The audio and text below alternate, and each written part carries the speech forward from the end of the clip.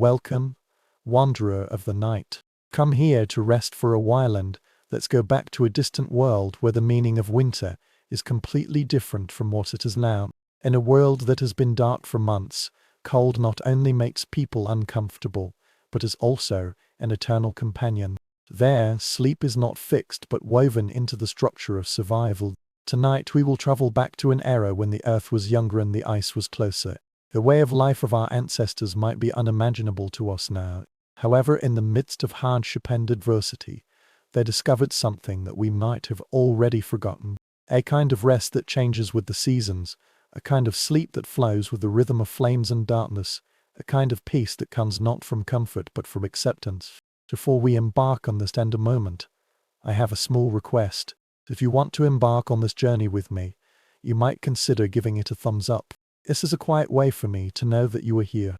The following promotional function can help these stories find those who might need them on an uneasy night. Subscribe if you want to learn more about the wandering of quiet corners in history. Perhaps you can still leave a comment. Tell me which corner of the world you are in, what time it is now and where you are. Some of you may be held in cradles in the dead of night, while others watch the dawn break. All of you are welcome here. Now, let the lights gradually dim. Perhaps turn on a soft fan and let it emit a gentle white noise to sit down comfortably. We are about to enter winter. It's not winter, you know, but the winter 40,000 years ago. At that time, humans slept in caves, and fire was the difference between life and cold silence. Imagine, if you wish, a landscape that has been deprived of all its familiarity. There are no cities, no roads, and no soft street lamps in the distance. The endless white stretches all the way to the horizon, with only the black shapes of the pine trees bending under the snow and the occasional limestone caves on the hillside, with rocks open like mouths. This was Europe in the late Paleolithic period. During the Ice Age, glaciers slowly descended from the north, and the entire world held its breath, enduring a winter that lasted for half a year. You are there now, not as a visitor, but as a person belonging to that era. You are a human being, just like anyone walking on this earth today, possessing the same abilities of thinking, love and miracles. But your world is smaller, colder and more dangerous. Your home is a cave. This is not a romantic cave, but a real one. The ground is uneven, the walls are blackened by smoke, and moisture keeps dripping from the ceiling. Your family, tribe, number, approximately 25 people. You know everyone like the back of your hand because your survival depends on them, just as their survival depends on you. The first thing you notice is always the cold. Rather than the cold of a modern winter morning, you walked outside for a while and then returned to a warm place. This is different. This is a kind of coldness that lives in your bones and will never leave even if you are crushed by fire. It's very cold, even in the cave. I can see your breathing. The cold that makes your hair stiff while you sleep. The coldness that can crack your hands until they bleed. You wake up in the darkness. In winter, you always wake up in the dark because the night is very long and there is almost no difference between the short day and the night. The fire has gone out, leaving only embers. You can pull the fur on your shoulders tighter from the dark mass from the sudden bite in the air. Someone has the responsibility to take care of it and keep it alive until night. But exhaustion will eventually take away everyone. Embers emitted a faint red glow in the center of the cave, beating like a slow heartbeat. You knew that soon someone would stand up and coax them back into the flames. That person is usually yourself. It's not because you were assigned this task, but because the cold is a persistent companion that will wake you up long before your body truly rests. You move beneath layers of concealment. Reindeer, bison, bear. Each one was killed, carefully skinned and dried. The fur hardens overnight in the cold, and when you move it, it makes a soft cracking sound. The breath you exhale is like the little clouds around you. Others curled up in their own bodies, trying to grasp sleep, trying to grasp warmth. Rise is an act of will.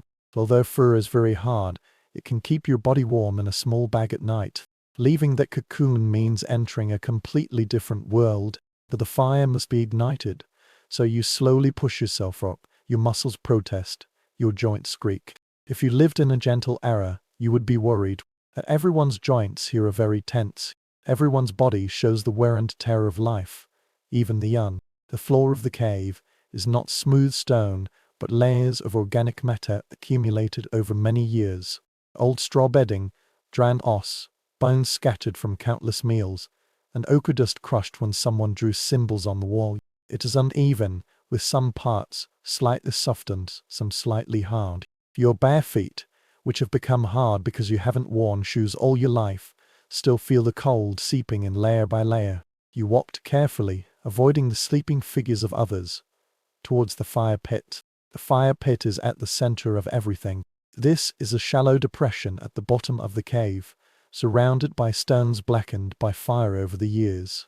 Ashes piled up around it, into a soft grey heap.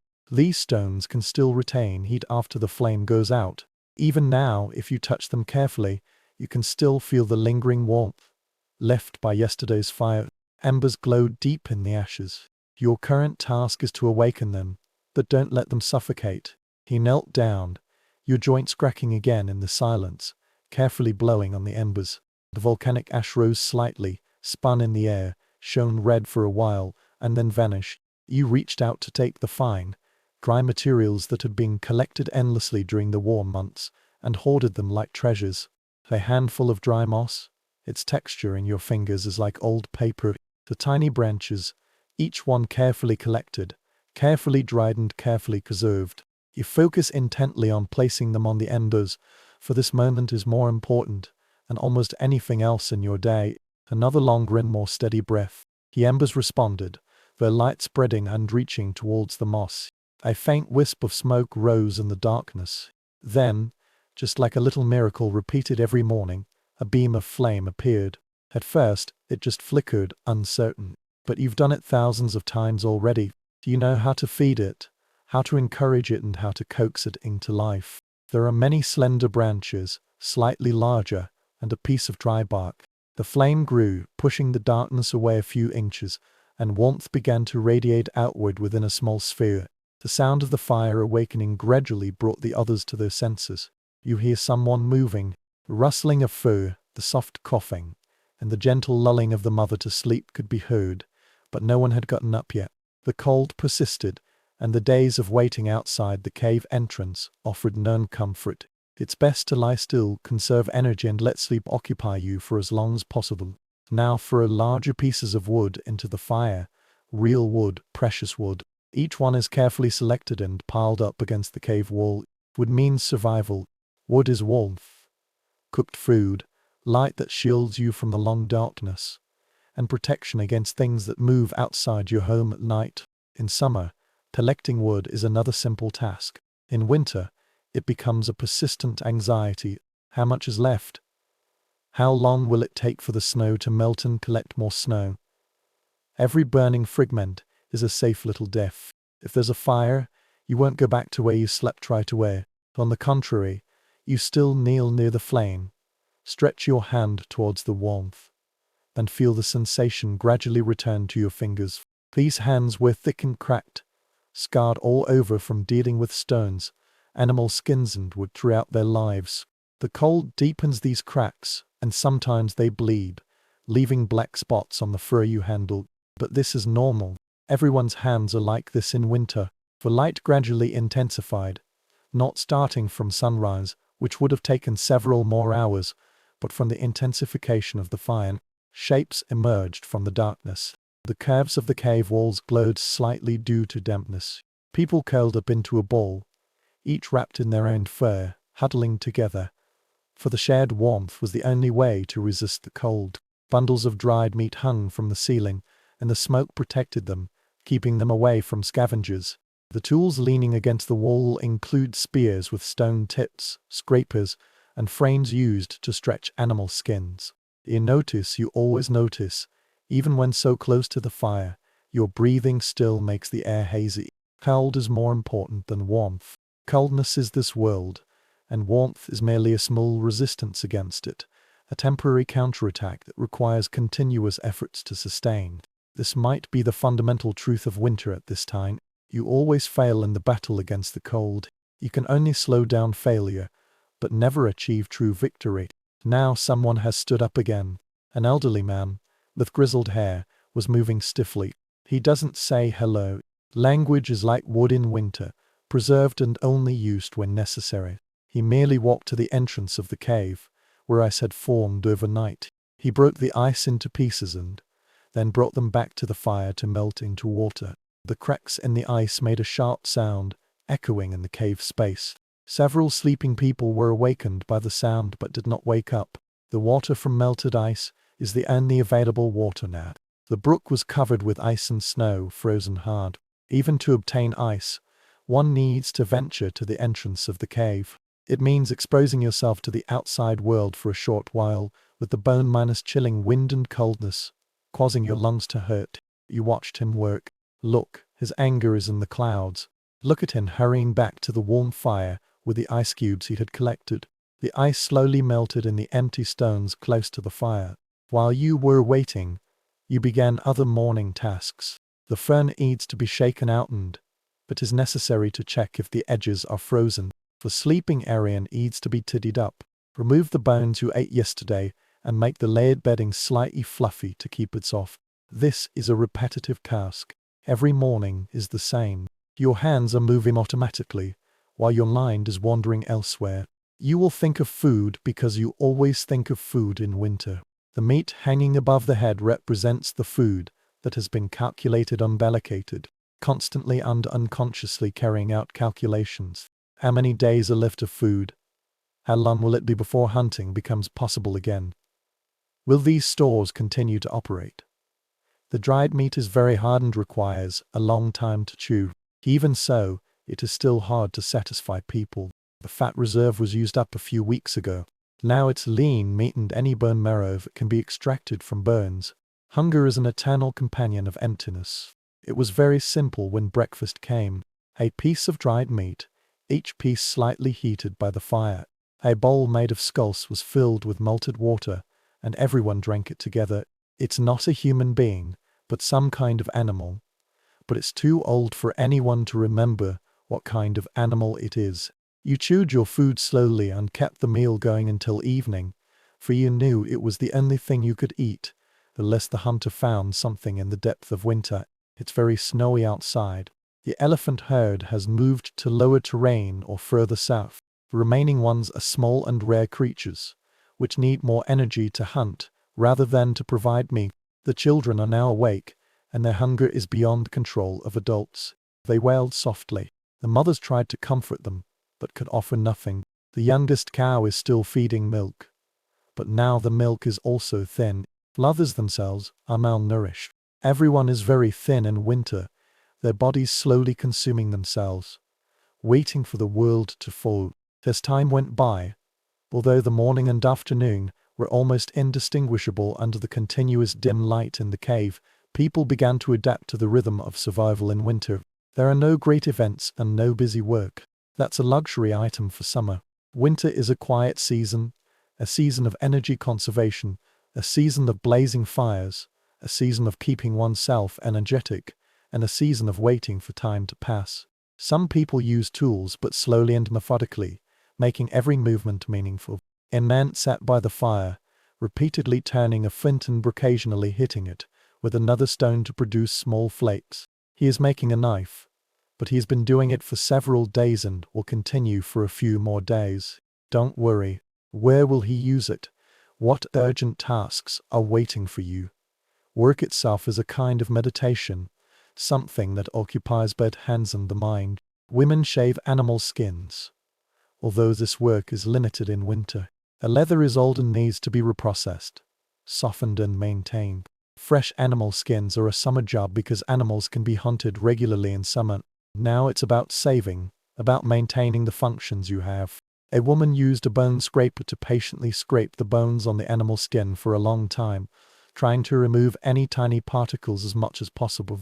Her hands moved rhythmically back and forth, her voice soft and repetitive, almost hypnotic. Children, when they have the energy, play quietly by the stove. Their game was very simple, arranging small stones, drawing patterns on the ashes, and whispering stories to each other. But even children can be suppressed in winter. The cold suppressed the vigorous mood. They get tired very easily. You often see them just sitting there, staring at the fire, with serious expressions on their little faces beyond their age. The fire remains at the center of everything. People constantly take care of it, feed it carefully, and never let it die.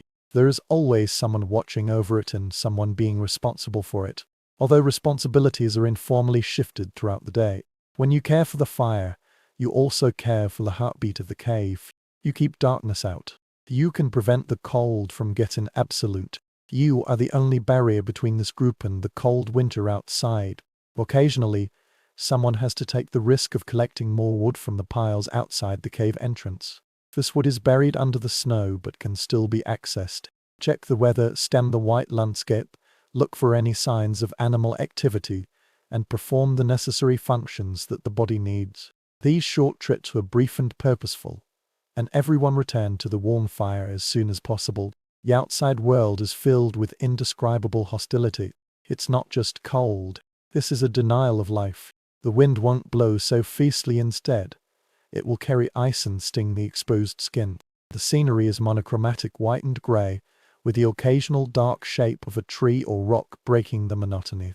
The sky is usually overcast, with low and grey clouds, indicating that there will be more snow. Sound travels in this world in a very strange way. Sometimes it travels incredibly far, and sometimes it is completely submerged by the heavy snow. It's very quiet here, extremely quiet. Insects have vanished, either frozen or in a dormant state. The bird has fled south. The deer herd has already left.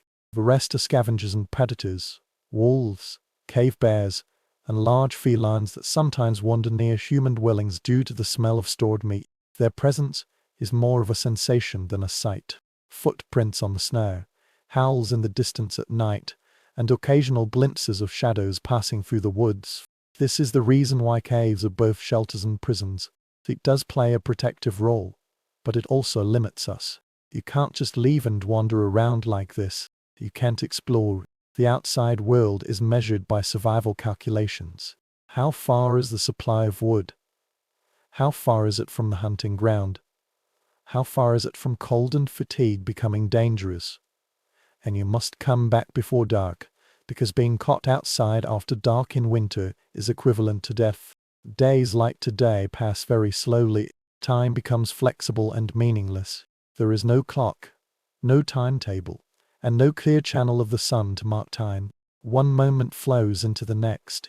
You might have spent a very short time on a task before realizing that several hours have passed. For you might have sat for a long time, only to find that the shadow hardly moved.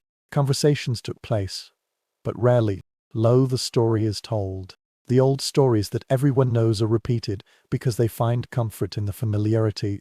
Some people might recount a successful hunt in summer, describing the prey, the chase, the hunt and the subsequent feast. Everyone listened quietly, recalling the feeling of abundance.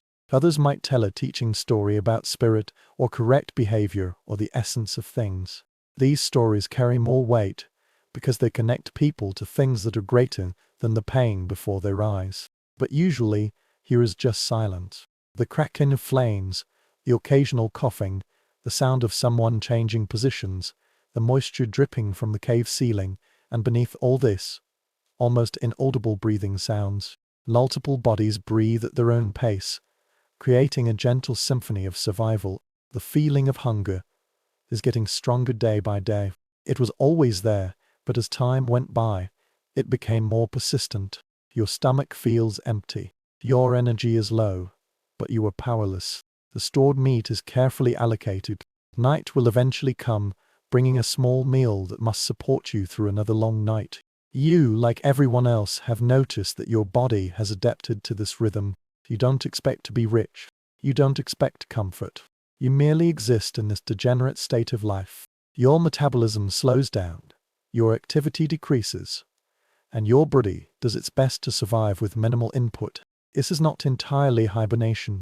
You remain clear-headed, aware and active in the small aspects. But you are already very close. You live on the verge of sleep, doing your best to preserve everything. Coldness is everywhere. Even when close to the fire wrapped in fur, there was still a lingering chill. Your limbs are always very cold. Toes, fingers, nose tip. You learn to ignore it, this persistent discomfort, because acknowledging it makes no sense. Cold, like darkness or hunger, is a fundamental condition for survival in winter. As the day fades away, although this fading is subtle, the already dim light gradually deepens, and people begin to prepare for the evening. The fire flared up, with more firewood added than during the day, because the night needs more light, more warmth and more psychological comfort. Dinner is ready, which means dividing the dried meat into portions.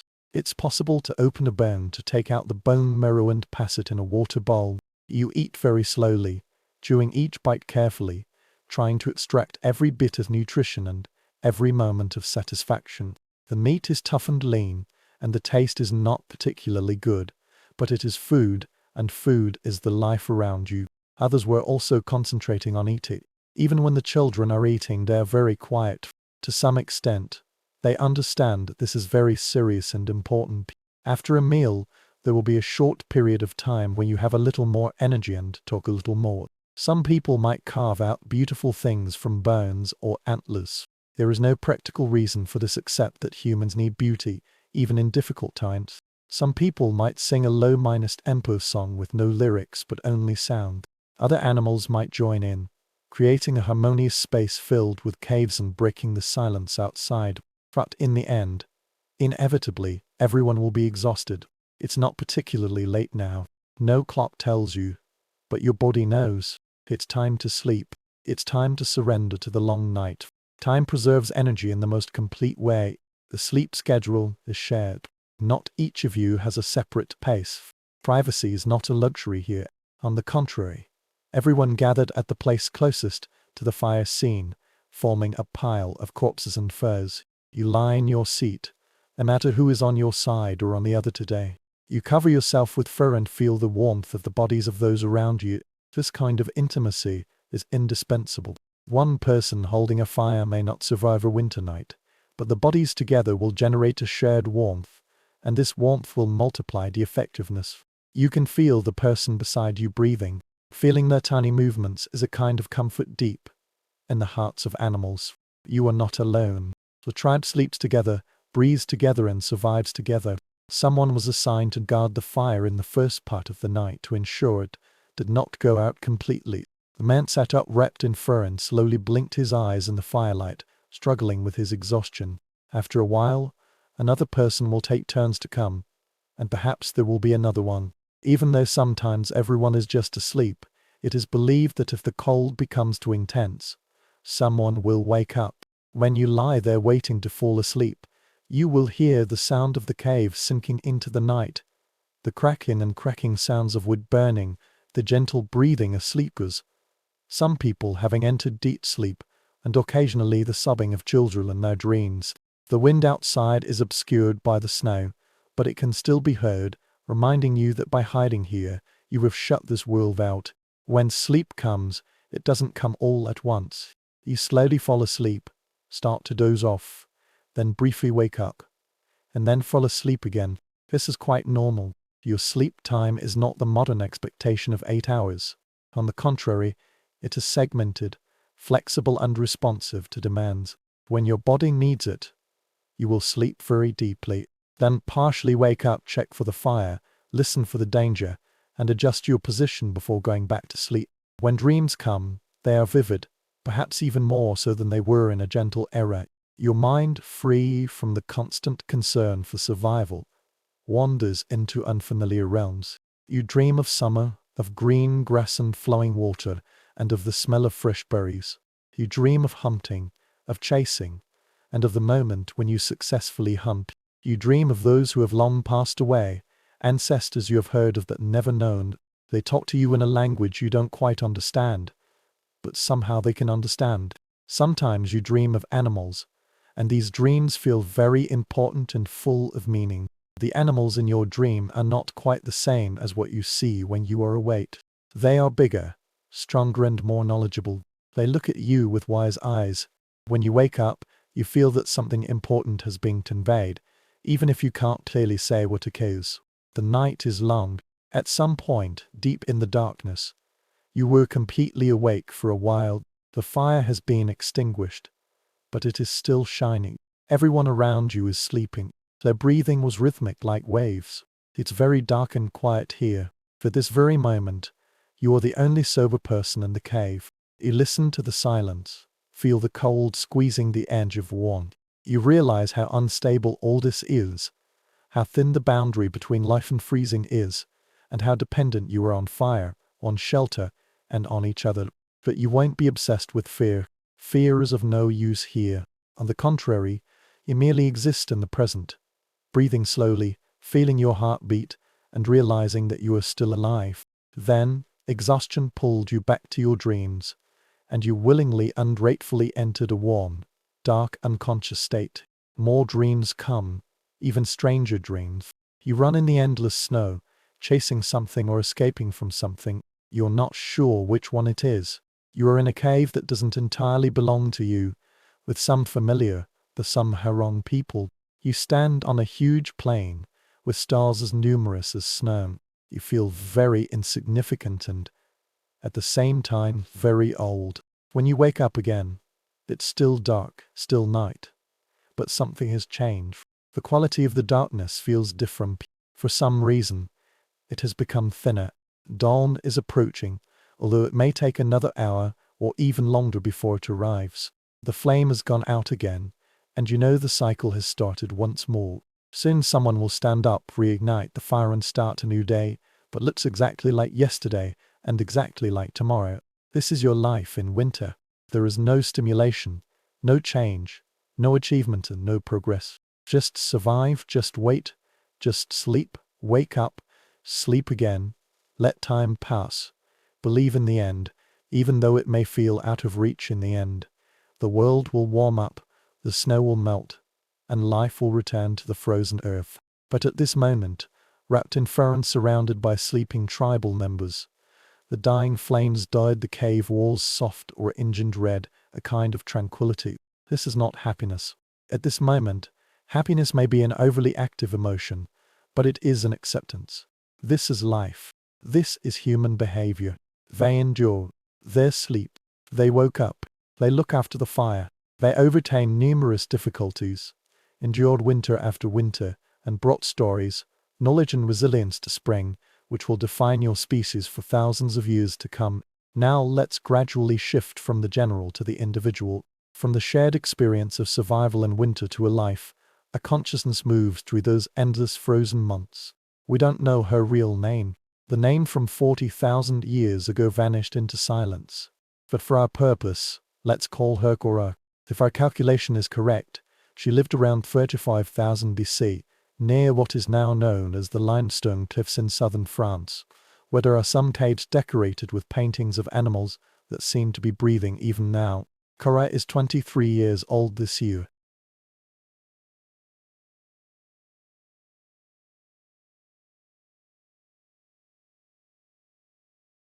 In her world, she is neither young nor old. She survived her childhood, a dangerous period when many people fall ill, encounter accidents or misfortunes. She gave birth to 2 children, but only one is still alive. The 5 winter daughters slept close to Cora every night. The other one was the son, who died of a disease in the second winter. This disease made him have a fever and be short of breath. They buried him at the back of the cave, covering his tiny body with ochre and withered, fragile flowers. Cora sometimes thought of him, but the sadness now was different from usual. Sadness is acknowledged and then set aside, for survival requires attention to the living. By modern standards, she is not tall, probably only 5 feet at most, but because of her regular exercise, she is very strong. Her arms were muscular from peeling, digging roots, holding hard altar and piling up goods. Her hands, as we mentioned before, were rough and scarred, but also very skilled. These hands can identify plants just by touching. One can sense the quality of the leather and precisely know how much gua it requires. Even in the dim glow of the fire, she could thread the needle through the bone needle's eyes. This bone needle might be her most precious possession. This is the most recent innovation, or at least the most recent one during the slow development period in prehistoric times. Someone found a way somewhere to drill holes in bones without splitting them. This knowledge gradually spread from one tribe to another through occasional meetings between tribes and rare marriages that brought individuals from one tribe to another. Needles have transformed clothing, enabling people to sew fur closely together to create garments that fit the body rather than simply draping them over. This means that warmth is easier to maintain and that survival becomes less dangerous. Cora's needle was made from the leg bone of a little bird and was carefully shaped and polished until it was smooth and slender. This I was painstakingly turned over and over with a stone until a hole was finally dug out. She wrapped it in soft leather and stuffed it into her personal belongings bag. A small portion of tools and materials make up all she has. This needle represents hours of meticulous work. Losing it would be a real disaster. With this sum of money, she can maintain the clothing that her family relies on for survival. Without it, she would have to rely on others, and independence, even in a public society, is valuable. This special winter came very early. When the trees still had some color, a sudden snowstorm hit. The band was a bit caught off guard. Although it wasn't disastrous, it was enough to make the calculation tighter and the profit thinner. In the weeks leading up to winter, hunting was in a bad state and the stored meat was not ideal either. It's not extremely insufficient, but it's also uncomfortable. Everyone felt the weight of this gap. This winter requires extra caution, extra rationing and extra vigilance. Like other women, Cora took on the task of preparing a cave for a long period of imprisonment.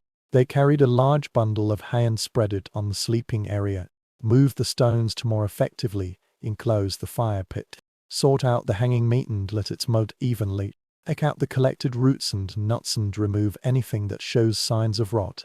This work was carried out in an orderly and cautious manner, because they understood that the small efforts made now would accumulate into survival in the future. She also got her daughter Al-Ray ready for what was to come. This child has only experienced 2 winters before. She was too young to remember one of them. Cora whispered to her that they would stay inside for a long time. Food would be in short supply and it would become very important to keep quiet. Laura listened seriously, just as children would show when they sense an adult's anxiety. She nodded, and her little face had learned to hide her disappointment and longing. The first few weeks of winter are always the hardest. The body resists this change and wants to maintain the activity level and appetite of summer. But after several days or even weeks, this transformation gradually occurred. The metabolism slows down. The mind becomes quiet. The persistent low-level anxiety about food and cold transforms into acceptance. A stable state that is sustainable if there is no disturbance. Cora's life has become rhythmic. When cold or discomfort prevented her from falling asleep, she would wake up, usually when the fire went out and the temperature in the cave dropped significantly. She would lie quietly for a while, listening to see if anyone had woken up, if the fire needed care, and if her daughter needed anything. Under normal circumstances, Ray is still fast asleep, her little body pressed tightly against Cora's, while Cora just lies there, letting her thoughts wander around. I'm not completely asleep, but I'm not fully awake either. When she finally stood up, the cold immediately hit her, making it hard for her to breathe. She would derail a piece of fur over her shoulders.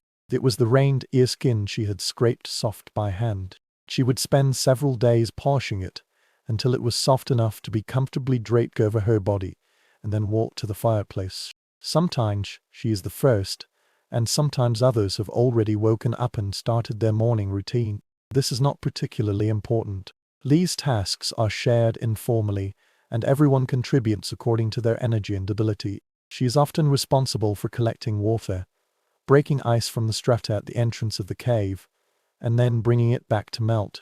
This gave her time to go outside for a walk and briefly catch a glimpse of the vast winter scenery. Although the cold was shocking, she found that she needed these glimpses. Staying inside always makes one feel suffocated, even though it's about survival inside and danger outside.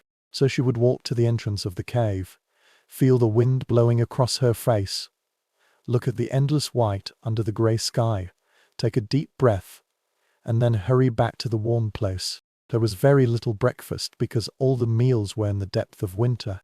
Cora ate her portion slowly, concentrating each time she chewed, trying to convince her body that it was more than she actually took in. Ella ate very quickly. Her hunger was hard to control, and then she looked at her mother with a pleading gaze. Sometimes Cora would give her a small extra piece from her own share, pretending not to be hungry, because she felt that feeding the child was more important than feeding herself. After having a meal, I start working. I always work. Although the work in winter is different from that in summer, it is to maintain rather than create, to preserve rather than to let. Cora would sit by the fire with other women. They would work on the animal skins, scraping them again, even if they had been scratched before. They would carefully soften the skins and check if there were any weak spots that would crack due to wounds. Work is contemplative, repetitive, and conversations revolve around it, quiet and undisciplined. They talked about food, recalling the sumptuous summer meals, describing the meals they had during the warm period, and discussing what they would eat when hunting became possible again. They talked about the past, about the deceased, and about other winters they had endured or not. They talk about the children, their little achievements and their worries. They talk about men, their hunting attempts, their emotions, and the subtle dynamics of status and ability within the group. Sometimes they talk about the soul, the invisible force that moves around the world. In a sense, the cave itself is regarded as a living thing, an existence that shelters them, but it deserves respect. Some areas deep in the darkness are not easily accessible. Sometimes strange sounds echo from the depths, dripping water, the wind blowing through hidden passages, or sounds without clear explanations. The women whispered about these matters, acknowledging the mystery, and not wanting to solve it. Cora was good at tanning, but her true talent lay in sewing. The bone needle unlocked something within her, and a sense of precision creativity was released in the elaborately crafted clothing. She can sew the separate leather pieces together, so the seams are almost invisible, so the final dress will move along with the body rather than against it. When other women needed to sew something, they would come to her and she would help without expecting anything in return. This concept does not exist in that way. However, because helping to strengthen connections has created a reciprocal network that everyone relies on, she is designing a new piece of clothing for LRA, piecing together rabbit skins to create a lighter layer that can be worn under heavier fur. Rabbit fur is soft and warm. Although the small fur requires more seams, it creates a soft garment that children can wear. She worked on this project in her spare time from completing other tasks. She really enjoyed this meticulous piecing together, that is, joining these fragments together to form something functional and protective. Days pass slowly, getting worse day by day. Wake up, look after the fire. Eat less, do some small things, sit quietly or talk quietly, eat less, sleep. This monotony is profound, yet somehow it is calm. There are no tough decisions to make, no crises to deal with. There is only the simple rhythm of waiting for winter to pass. But one day, perhaps one night, time blurred together.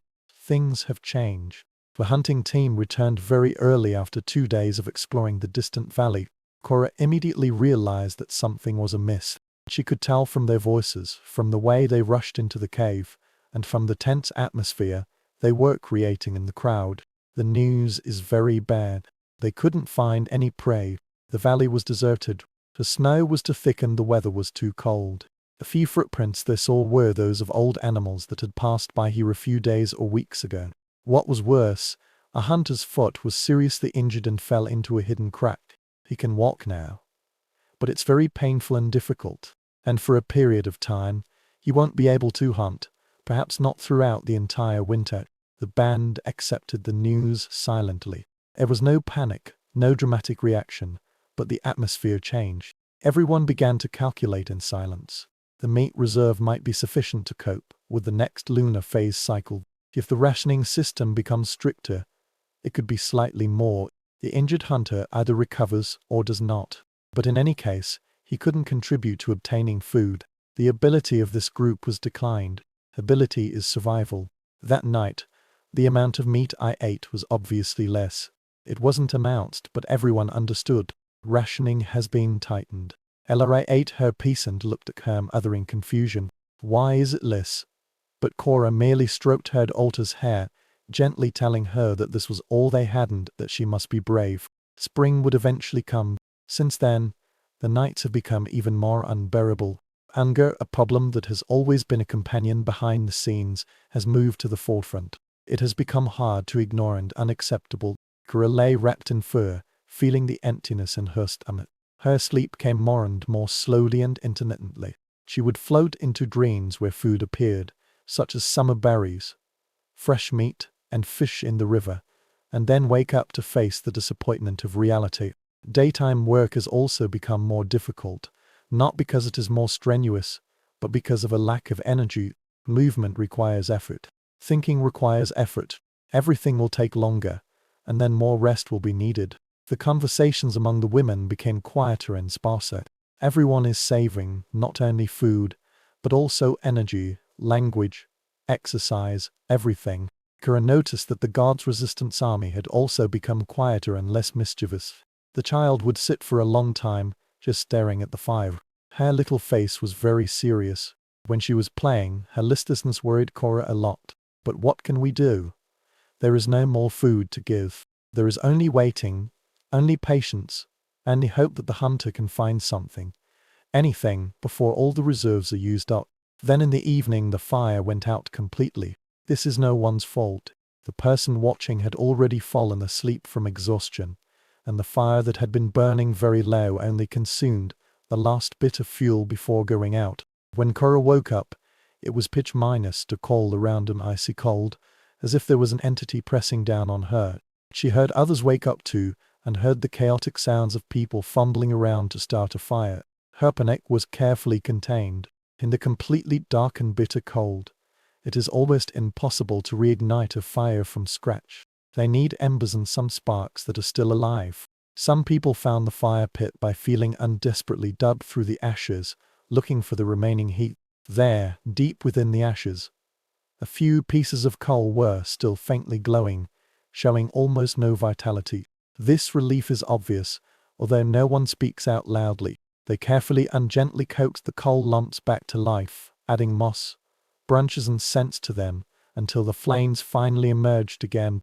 But in those darkened cold minutes, everyone in the cave truly understood one thing from the bottom of their hearts: how close they are to the edge and how thin the edge is. Everything can slip away easily. The fire was burning vigorously again, but I still knew it was very fragile. That night no one really slept soundly.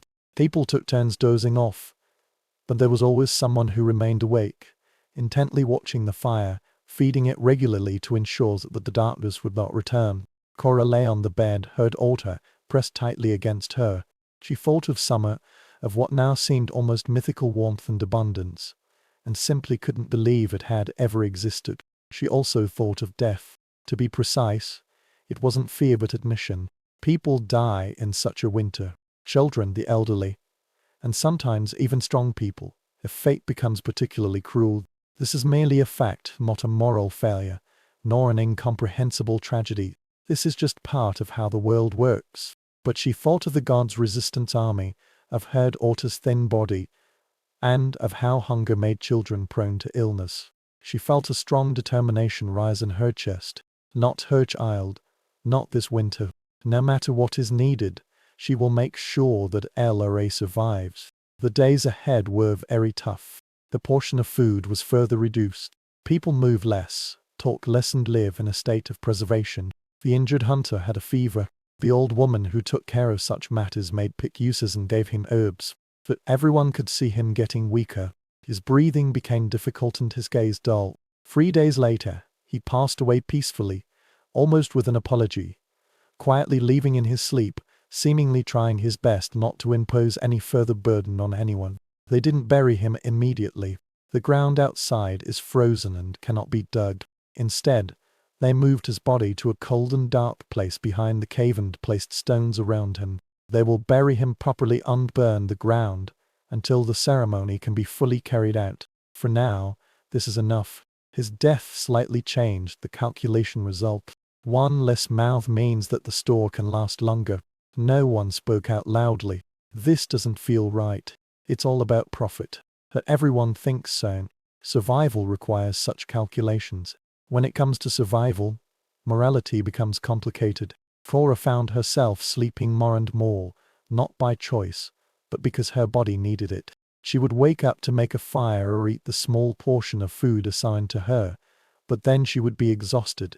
I slept deeply and strangely, filled with vivid dreams, feeling more real than life when I was awake. She dreams of summer so intensely that she can taste its flavor. She was running in the tall grass, her legs strong and tireless, chasing something, perhaps a deer, or simply for the joy of sports. The warm sunlight shone on her skin, very warm. She could hear birds singing nearby and water flowing. The grass smelled green and full of vitality, and there were flowers whose names she couldn't recall. Perhaps the flowers that no longer exist are blooming with incredible colors. She dreamed of her son, the one who had died. He was very healthy in his dream, laughing and playing with other children, near the cave entrance. She looked at him, her heart filled with both joy and worry. When he looked at her, his eyes were filled with an insightful and ancient meaning, as if he understood something she did not. He smiled at her and she woke up, with tears frozen in the corners of her eyes. She dreamed of animals. They marched in groups across the boundless plain, a mammoth with curved tusks and fluffy fur. Horses galloped in flocks.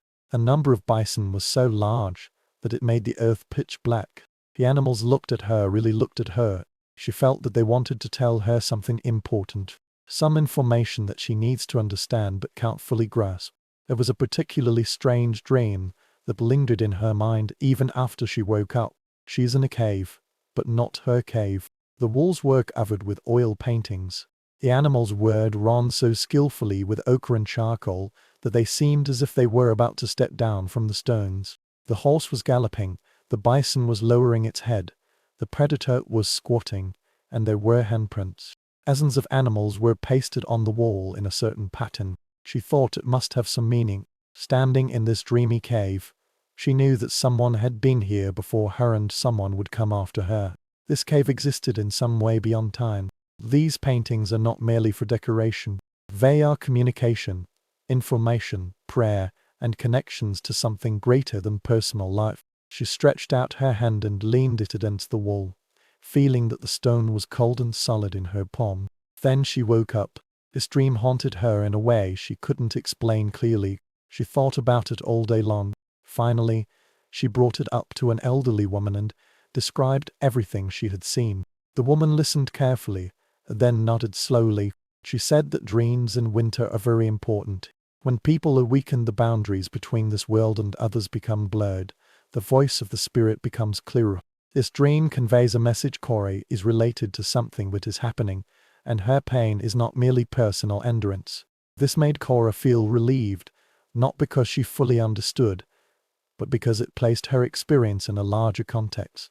She is not merely suffering from hunger and cold, waiting for death or survival. She is part of a pattern, a continuation, something that has been happening since the first humans seeking asylum and will continue even after her departure. Winter has been going on, endless and monotonous.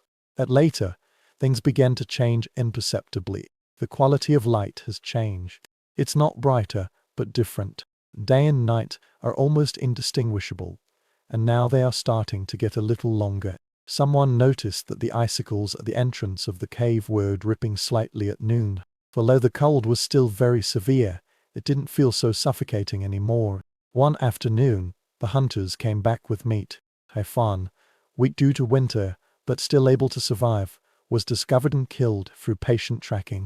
Everyone gathered around the prizes with an almost joyful mood. Although the word joy was too intense and too vigorous, perhaps it was relief or perhaps it was gratitude.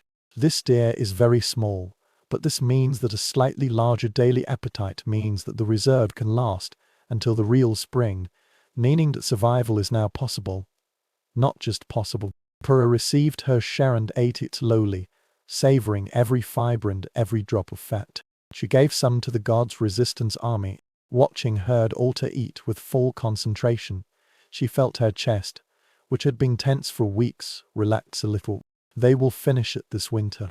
At least they can survive. The meat restored my strength. Slight but obvious.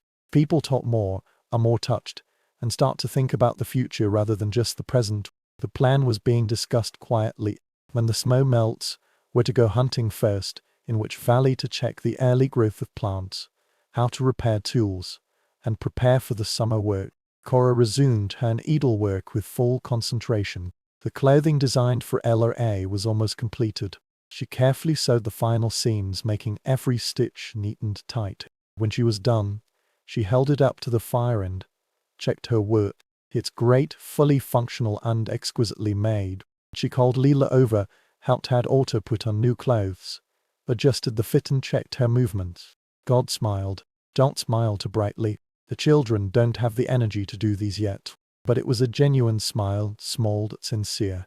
It's very soft, she said. Cora felt a warmth that had nothing to do with fire. This is why she works and why she carefully keeps her needles and her skills. To provide a livelihood for her children, add a little bit of comfort to the hard survival, and make life a little more bearable. After a successful hunt, the night became less desperate. Sleep, although still deep and long, feels more natural. It's not like shutting down and lacking energy, it's more like true rest. Cora's dreams were still vivid, but less dark and less anxious. She dreamed that the earth stung in spring and green things grew their heads out of the soil. These dreams now feel like promises rather than impossible fantasies. One night, she lay in bed waiting to sleep, listening to the familiar sounds in the cave, the crackling of fire, people's breathing, the occasional sound of shift changes or quiet whispers. She was thinking about her life and what it meant to be a person in this era.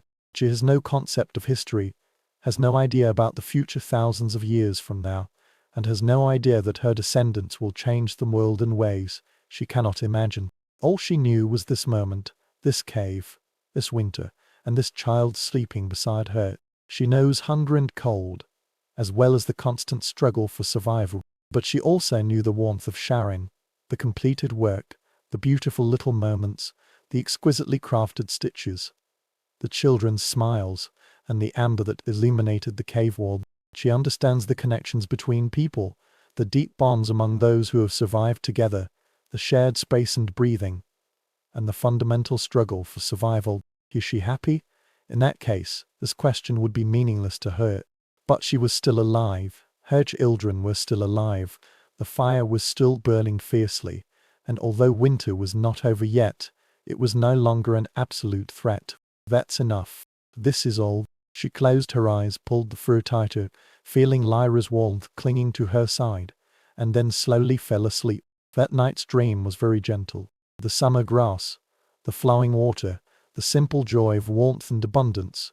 Somewhere in the darkness of the cave, in the steady breathing rhythm, in the continuous persistence of human life in overcoming all difficulties, Cora rested deeply. Her consciousness was integrated into the collective sleep of her people. They waited together for morning, for spring, and for the continuation of life. Now let's delve further into the realm where history is blurred into mystery, where the questions raised by the evidence we have are more interesting than the answers we can offer.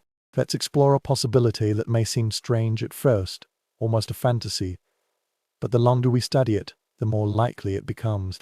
Did our ancestors, the cave dwellers of the Ice Age, do something that we can hardly imagine today? Have they hibernate? This question seems almost absurd to modern people. Humans do not hibernate. We are passionate, active and conscious creatures. We take pride in our ability to stay alert, efficient and connected to the world around us, regardless of the season or environment.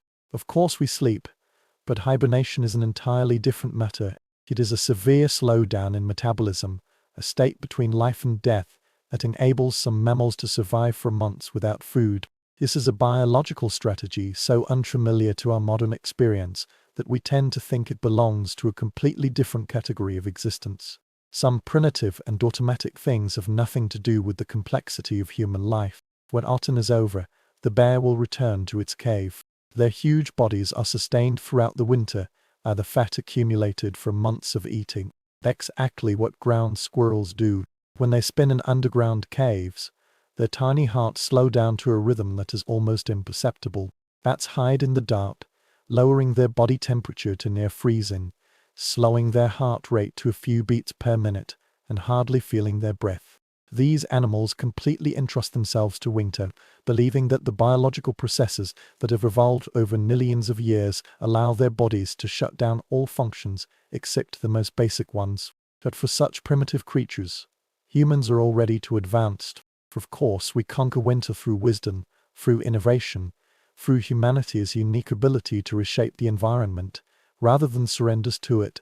We have mastered the skills of making a fire, taking shelter from the rain and dressing. We have learned to store food, plan ahead, stay conscious and active. Even if nature advises us to rest, we don't need to shut down. On the contrary, we adapted to the environment, making the world submit to our will rather than making our bodies submit to the demands of the world. Besides, this is where the story becomes interesting. The evidence indicates something more complicated. This does not quite align with our assumptions about what humans can and cannot do, the boundaries between civilization and animals, and the abilities our ancestors had which we may have lost or forgotten. Like many archaeological mysteries, this question began with bones, especially those of children and teenagers found in caves in a place called at UCI in northern Spain. This name has become synonymous with some of the most significant and perplexing discoveries in human prehistory. These bones are among the oldest human remains discovered in Europe. Researchers examined them carefully with all the tools of modern science minus microscopes, chemical analysis and comparative anatomy. They noticed that the growth patterns of these bones were somewhat unusual and did not match their expected findings. Bones show what is called Harris lines. When growth is interrupted, when the body experiences severe stress on malnutrition, and when a normal development process is forced to pause due to insufficient resources, dense lines will form in the bones. These lines appear as shadows and X- rays, and the dark bands are perpendicular to the length of the bones, indicating that the body has to make an impossible choice. That is, where to direct the limited energy. Harris patterns are not uncommon in archaeological specimens. Hunger was very common in prehistoric times and was almost an eternal companion of human survival. Finds recorded hunger, and in their structure, they faithfully preserve the records of pain and survival that could be read thousands of years later. Childhood diseases leave traces. Seasonal food shortages have their own characteristics, such as times of crisis, drought, severe winter, disappearance of prey, or failure of plants. All of these are recorded in the bones as interruptions for smooth growth. But these special lines show something special. They occur in regular patterns, cyclical patterns, which indicates that the cycle of stress is not random but seasonal, unpredictable, recurring with the rhythm of the year itself. Every year, these people experience a period of reduced nutrition and decreased activity. Every year, their growth pauses and then resumes when the situation improves. This pattern is so consistent that it cannot be a coincidence. It is so regular that it cannot be explained by random difficulty. It implies something systemic, something that happens year after year in the same way among multiple individuals, and perhaps even across generations. Researchers led by anthropologists conducted a study on the same old Los Fieres site, a deep cave where thousands of human fossils dating back approximately 400,000 years have been unearthed. They put forward some seemingly radical viewpoints, challenging the fundamental assumptions about human biology and behavior. They believe that these people might have lived 400,000 years ago, earlier than the time frame of our story, but still related to the ability to understand humans. They might have entered a state of reduced metabolism in winter. Perhaps it is not complete hibernation, more the deep coma state of bears or ground squirrels, but a state close to hibernation. In this state, the body will rapidly slow down, conserve energy, and shift resources from growth and activity to simple survival, enabling life to continue to exist with almost no food. The calories consumed by the act of seeking it itself are more than those that can be obtained. This proposal has been questioned, just as scientific proposals often encounter, when they challenge fundamental assumptions and where they ask us to reconsider what we think we fully understand. The scientific community is very cautious about radical ideas, especially when they involve fundamental things like human physiology. For the evidence lies in the bones, undeniably recorded in calcium and phosphate, patiently awaiting hundreds of thousands of years of reading and interpretation. These people experience regular periodic physiological stress, and the patterns of these physiological stresses are very similar to those we observe in hibernating animals. This similarity is hard to ignore, although its meaning is disturbing. Let's consider this idea. Let's imagine what this might mean. What might human hibernation look like? What are the inner feelings like? It's not the complete deep hibernation of bears. Humans may not be able to achieve this level of metabolic shutdown without major danger, nor will they risk the kind of damage that our more complex brains and organs cannot tolerate. Rather, it is something milder, more subtle, and perhaps more human. A state of confusion but not complete disappearance. There, consciousness continues but becomes scattered. Like a dream, disconnected from the urgent needs of real life, metabolism slows down but does not stop. The body enters a maintenance mode, burning stored fat very slowly and effectively, allowing for weeks or even months with minimal food intake, minimal activity, and minimal contact with the outside world.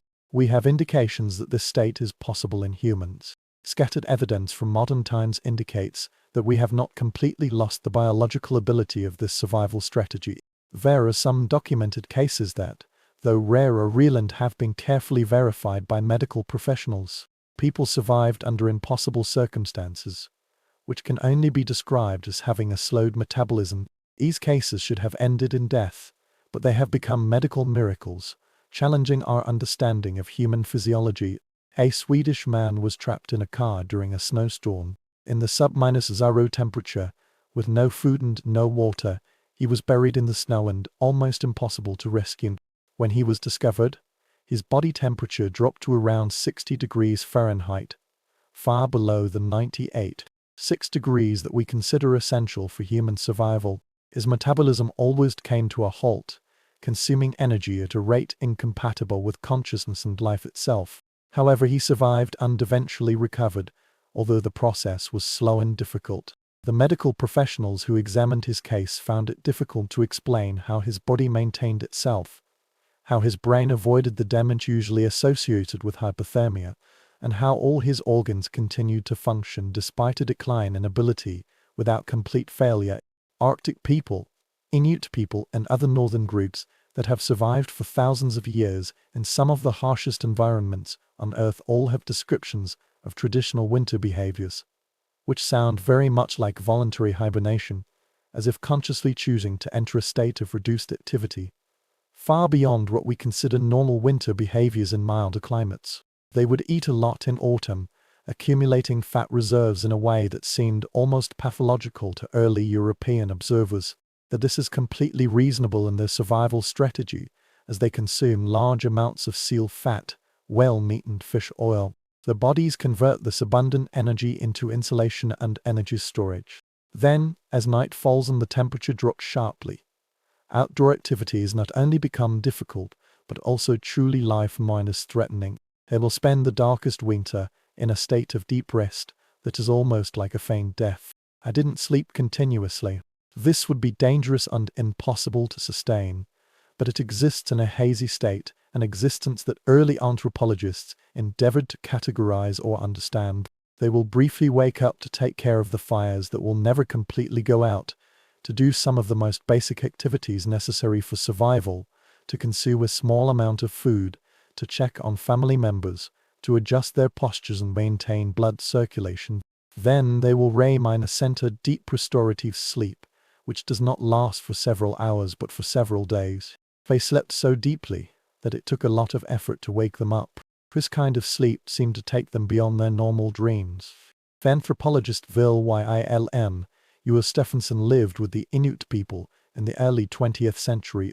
He had an extraordinary respect for the Inuit way of life and a willingness to learn from it. He gave a fascinating description of these behaviors, although he admitted that it is very difficult for him to convey the reality he has observed to the audience in the industrialized world, because they have no reference framework for this existence. He wrote about some families who basically sleep in the worst winters. Their IG houses or winter chambers turned into warm and dark caverns, where time seemed to stand still. They come out regularly to buy necessities, but apart from that, they all stay in their own shelters, in a state of deep rest that is almost like meditation. Therefore, their metabolism has slowed down significantly. Their body temperature slightly dropped, although not to a dangerous level. It was sufficient to have an impact on energy conservation. Moreover, during this period, They required very little food, far less than what humans of similar size would need to maintain normal activity levels. Is this a cultural custom or a biological ability? Perhaps the two are intertwined in some way, making it impossible for them to be completely separated. Perhaps the ability of human beings to enter this simplified state when conditions require it is much longer than we imagine. Perhaps northerners live in an environment where such strategies are needed.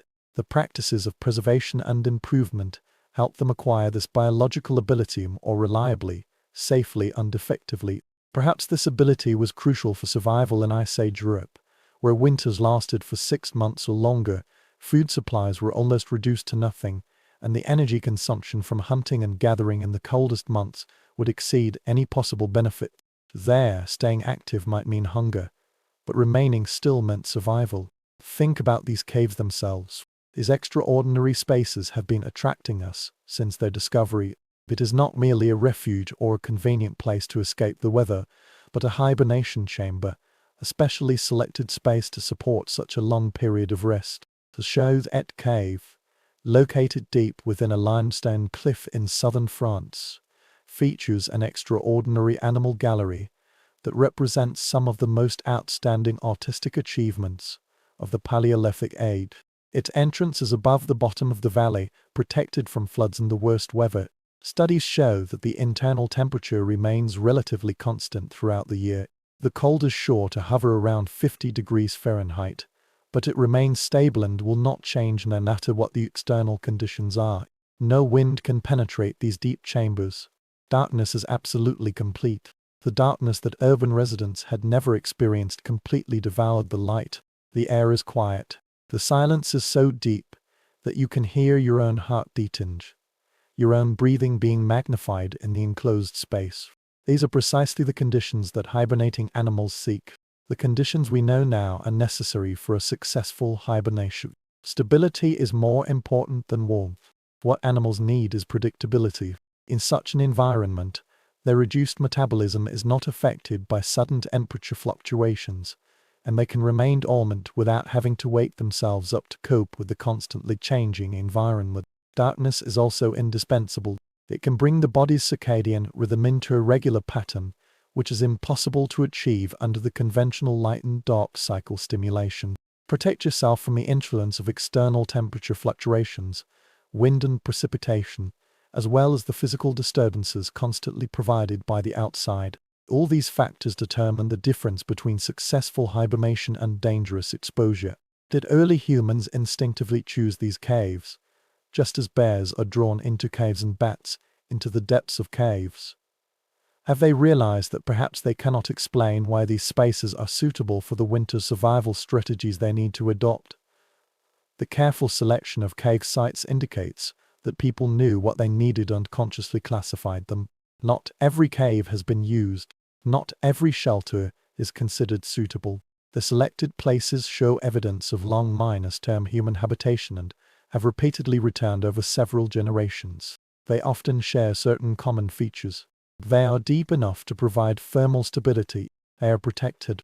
Their entrances can be monitored or blocked, so they will not be attacked by predators. In short, they are ideal places for hibernation. The animals in the painting themselves offer another mystery within the mystery, another layer of strangeness. The more we study it, the more interesting it becomes. The art in these caves, the horses galloping on the limestone walls, and the anatomical precision of the bison are so high that species can be identified. The conclusions that mammoths drew from their memory were so accurate that their seasonal weight changes were visible. Predators like cave lions and cave bears are depicted with respect and fear, and perhaps even something close to awe, demonstrating an artistic complexity with extraordinary skill and meticulousness, challenging our assumptions about prehistoric humans. The artists who created these images are well-versed in anatomy, movement, weight and proportion, capturing the essence of these creatures with extraordinary fidelity. The quality of their observations and representations is unmatched for tens of thousands of years. That they also created these caves in the deepest and most inaccessible parts of the earth.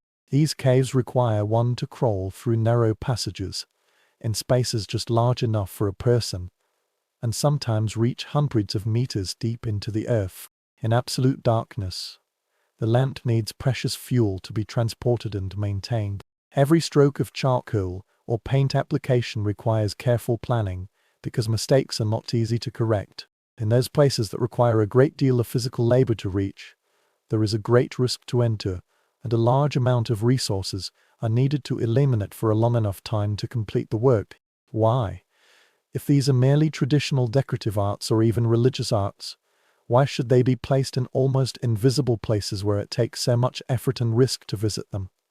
Why not build these magnificent works near the entrance, allowing natural light to shine in and making it easy for the entire community to see them regularly?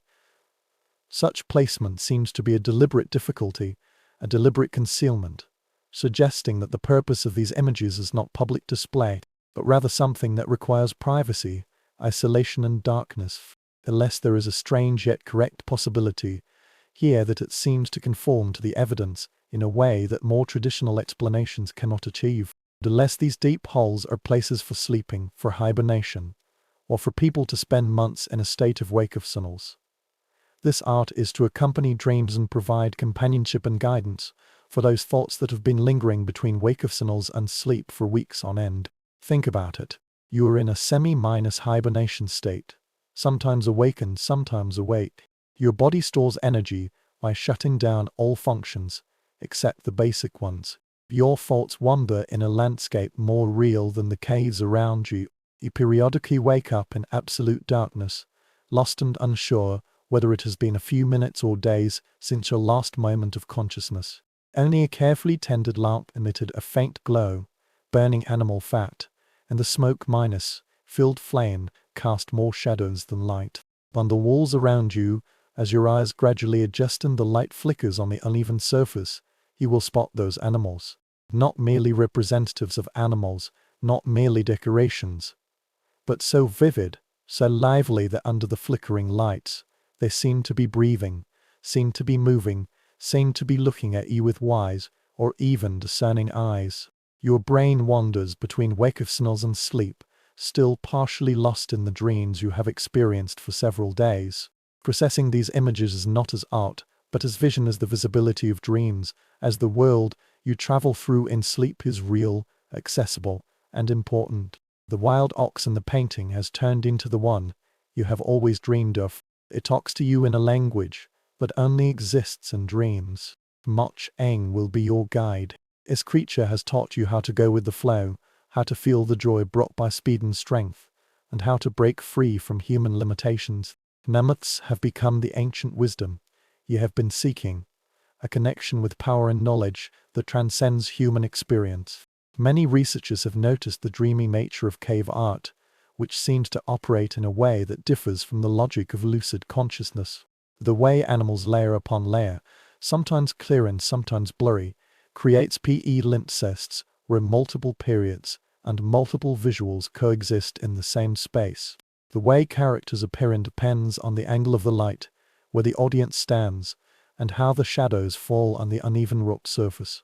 Therefore, the viewing experience becomes dynamic, constantly changing, and unstable. The natural outline of the rock is integrated into the image, thus transforming a protrusion into a perfect by-sun shoulder.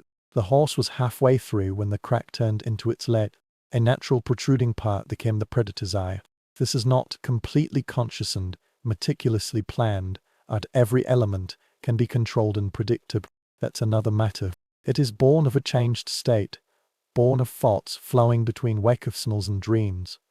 They believe that the world is malleable, changeable, full of meaning and possibilities. We know that the practice of shamanism existed in the late prehistoric period and has continued to exist in various forms in indigenous cultures around the world, often involving entering a trance state, entering the spiritual realm, and traveling to places where normal physical existence rules do not apply. Shamans will use all kinds of techniques. Rhythmic drum beats alter brain waves. Fasting brings about metabolic changes and enhances sensitivity. Sleep deprivation breaks down the barrier between consciousness and unconsciousness. Perhaps psychopative plants have opened the usually closed door to perception. Through these techniques, Shamans will consciously change their consciousness, enter the spiritual world, encounter animals and ancestors, as well as forces existing outside the normal human consciousness. During these journeys, shamans receive information and delusions that can be brought back to assist the community, providing guidance for hunting, healing, or understanding the forces that shape their world. But what if winter itself is absent-minded? If those months of darkness, minimal food intake, long periods of sleep, and short periods of wakefulness were interrupted, creating a natural state of change, without the need for artificial enhancement or special techniques, simply succumb to the demands of the seasons. The body produces endorphins under the stress of cold and hunger. Natural opium can relieve pain, create a sense of peace and happiness, and establish connections with things beyond personal consciousness. The brain, deprived of the continuous stimulation of external input and the structure provided by wakefulness activities, fluctuates between sleep and wakefulness for a few days, becoming more receptive to internal images and sounds and vision from within rather than from outside. Modern neuroscience shows that during sleep, the brain does not simply cease its activity, but continues its intense activities, processing memories, solving problems, creating stories and images. And when we experience them, they make us feel completely real. The neural structures that dreams utilize are the same as those that generate consciousness. They activate the visual and emotional centers and employ the storytelling ability we use to understand daily life. But they do so without the limitations of physical reality and do not need to correspond to external sensory input. The result is a kind of creativity, a freedom that is rarely achieved with a clear consciousness. During long periods of sleep, especially those accompanied by hibernation metabolic changes, these dreams become very vivid and, in some respects, more realistic than waking life. They will last longer, develop more complex stories, and create complete worlds that can be explored and lived in. You might dream that you are an animal. This dream will last for a long time and feel very real. The details of your feelings and the authenticity of your emotions are all very complete. You will start to forget that you are human and begin to experience the world like an animal. Praise continuous awareness of danger, concentration and patience with predators, a sense of belonging and security among group animals. You might dream of other times, other places, landscapes and scenes. These feelings are like memories. Even if they can never be memories, they carry the weight and details of life experiences. Even if you know, there is still a small part in your mind that is analytical. They must be inventions, constructions and fantasies. But in dreams, this knowledge is not important. Dreams give people a sense of reality. Their reality is more important and meaningful than the mere factual reality in real life. You won't be able to tell which time is real, which place is home, and which version of yourself is the real you. Sometimes perhaps you will dream together. There is some controversial but interesting evidence accumulated from various sources, but it still does not clearly prove that people who are in close contact, share spaces, and daily life have begun to synchronize their physiological rhythms in ways beyond the obvious. Women who cohabit usually have synchronized menstrual cycles. People who spend a lot of time together usually adjust their sleep patterns, breathing rates, and even heart rates. There are also some reports that, although they are rumors in the community, are very consistent across different cultures. That is, dreams can also be synchronized. When people share a space, sometimes there will be similar dream contents, similar images, themes and narratives. These seem too coincidental to be explained solely by chance. If this is true and evidence is far from conclusive and the mechanism remains unclear, it is difficult to test this idea with scientific rigor. Just imagine what it means for a group of people who hibernate together in a cave, keeping their bodies close to each other for warmth. Their breathing is synchronized due to proximity, and because of the common rhythm of reduced metabolism, their thoughts linger in a similar state of consciousness change for weeks or months. Their dreams may interweave to create a shared narrative and vision, as well as collective experiences that do not belong to the individual, but to the entire group. They might dream of the same animals, the same ghosts, and the same journey through impossible landscapes. They might meet in their dreams and communicate in a way that bypasses language, sharing knowledge and feelings directly from heart to heart. When they wake up and talk about their dreams, if they talk about dreams and if they have enough words to express such experiences, they will find common clues, common symbols, recurring themes that appear in many people's narratives. This will enhance their sense of connection, making them part of something greater than personal consciousness, belonging to a tribe that is not only unified through kinship and cooperation, but also through shared inner experiences and through crossing the realms beyond the material world together. These dreams will become the myths of the tribe and the foundation for their understanding of the world and their position in it. The animals encountered in dreams will become totems, guides, and sources of wisdom and strength. The scenery explored in sleep will become a sacred geography, a map of the spiritual realm, as real and important as the natural landscapes they hunt and gather in the awake season. The transformation experienced in dreams, turning into animals, flying, traveling in the sky or underground, will become the core narrative of the meaning of being human, human capabilities, and how they are connected to the larger network of life. Of course, this is just a guess. We have gone far beyond the scope that evidence can clearly prove and entered the realm where imagination must complement fragmented records provided by archaeology.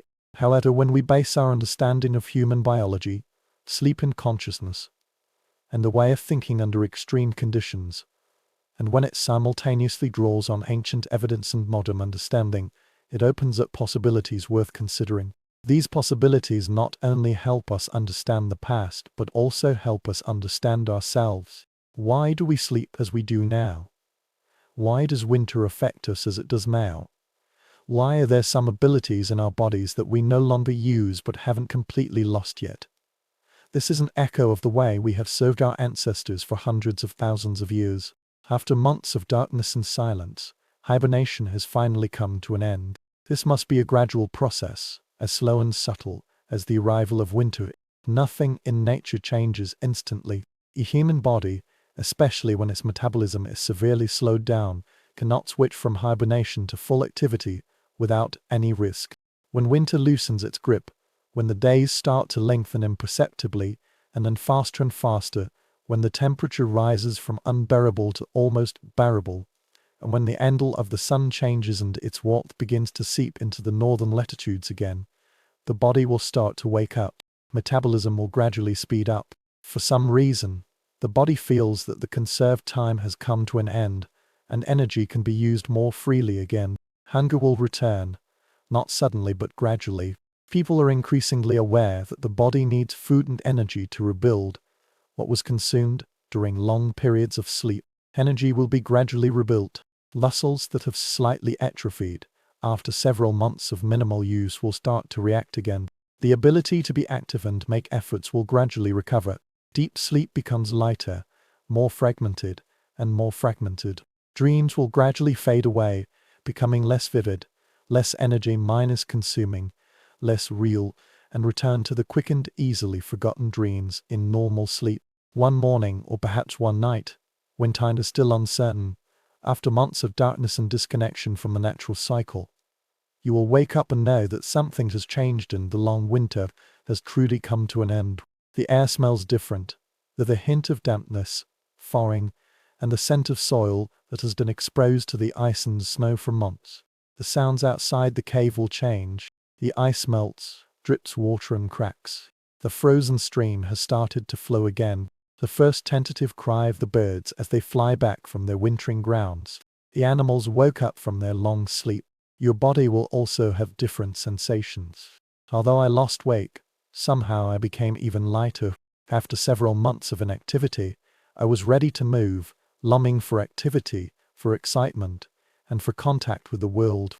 There will be a sense of stiffness, of course, a sense of weakness caused by abandonment, but there will also be a sense of resetting under birth, a feeling of starting anew. You'll be hungry, the first real hunger in months. The prospects of food, hunting and gathering, tasting fresh wheat and early spring plants will to some extent go beyond mere appetite, which indicates the deep biological drive. Coming out of the cave is almost like being born. The profound transformation from one mode of existence to another feels like becoming a new person. After months of darkness, the light, even the dim light of late winter, can be shocking and painful, almost requiring adjustment. Squinting the eyes, covering the eyes that have forgotten what brightness means. Behind the enclosed cave, this space, with its vast openness to the outside world, is hard to resist. After staying in the closed darkness for several months, the walls were always within reach, the space was limited yet known, and the world seemed vast, infinite, full of possibilities and dangers. That there will also be echoes of joy, or the weariness of joy. You survived.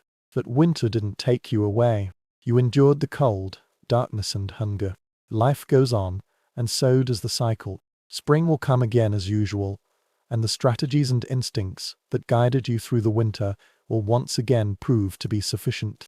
They would reunite those lurking elsewhere, exchange information, discover who survived and who died, and rebuild the social relationships that had been dormant during the months of isolation.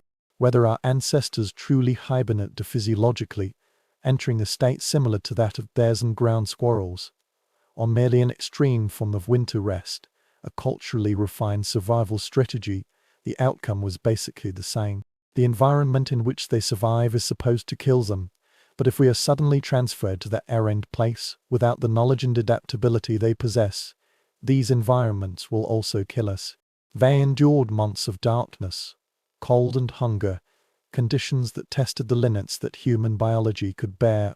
They do not do so through continuous activities on resistance, nor by fighting against winter with all their might, but by surrendering, by accepting the demands of winter, and by adapting to their physiology rather than resisting it. Sleeping deeply and having vivid dreams, I believe that spring will come again and the world will be renewed.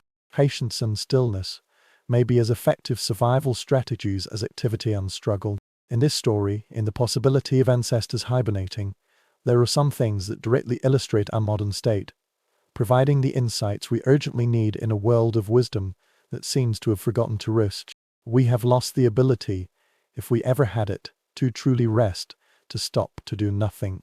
We struggle against winter, against darkness, and against the natural rhythms that once dominated human life. Whether we admit it or not, these rhythms still beat within our living beings. We eliminate the night with artificial light, completely driving away the darkness and creating a world without natural markers of time. In this world, day and night blur together, presenting boundless potential productivity. Throughout the year, we adjust the temperature at home to the summer level and maintain the same environment in January and July to protect ourselves from seasonal changes, creating an artificial spring bubble that requires tremendous energy to sustain. We hope to maintain the same productivity and energy, no matter what season it is, and to keep the same creativity, vitality and enthusiasm in both the dark winter and the bright summer. We have only just begun to understand and admit the pain it has brought us. We are very tired, chronically fatigued, with disrupted sleep and insufficient sleep. Our rest has never been peaceful enough, because we have never fully surrendered to it. We are very anxious and can't simply calm down. We always feel that we should do something, achieve something, move forward, and move towards our goals. These goals often seem very arbitrary, but they drive us.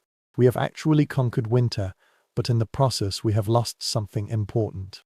The ability to slow down, the ability to hibernate in any way our bodies need, believing that rest is not laziness but survival, not weakness but wisdom. We have forgotten, or perhaps never realized, that consciousness is not necessarily constant. Productivity is not the criterion for measuring value. A dark and quiet space is valuable when nothing happens, where time passes slowly, and where thoughts turn inward rather than constantly dealing with external demands. We have lost the seasonal rhythm that influenced our evolution, which created the biology we still carry. The cost of this disconnection is reflected in the prevalence of depression, anxiety, sleep disorders, and metabolic diseases, all of which seem to be caused by the fundamental mismatch between the lifestyle we design and our actual lifestyle. Perhaps this is the true lesson learned from these ancient sleepers who might have hibernated during the winter of the Ice Age. Rest is not the opposite of productivity, but its foundation. Without a period of deep investment, without a period of stillness, reflection, and renewal, You cannot maintain continuous output. It is wisdom to submit to the natural cycle rather than to struggle against it. Acknowledge that humans are seasonal creatures despite our efforts to transcend seasonality.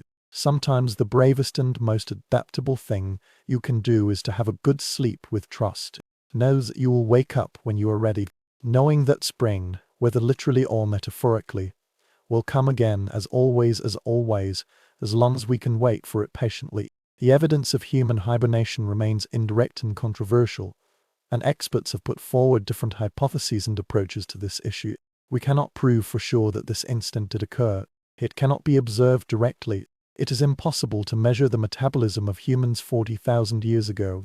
That we can notice the patterns on the bones, the choice of caves, the essence of art, the remnants of genetic ability, the recorded cases of modern humans surviving by slowing down metabolism, the practices of the Arctic people, and the way winter still affects us, although we do our best to ignore its impact.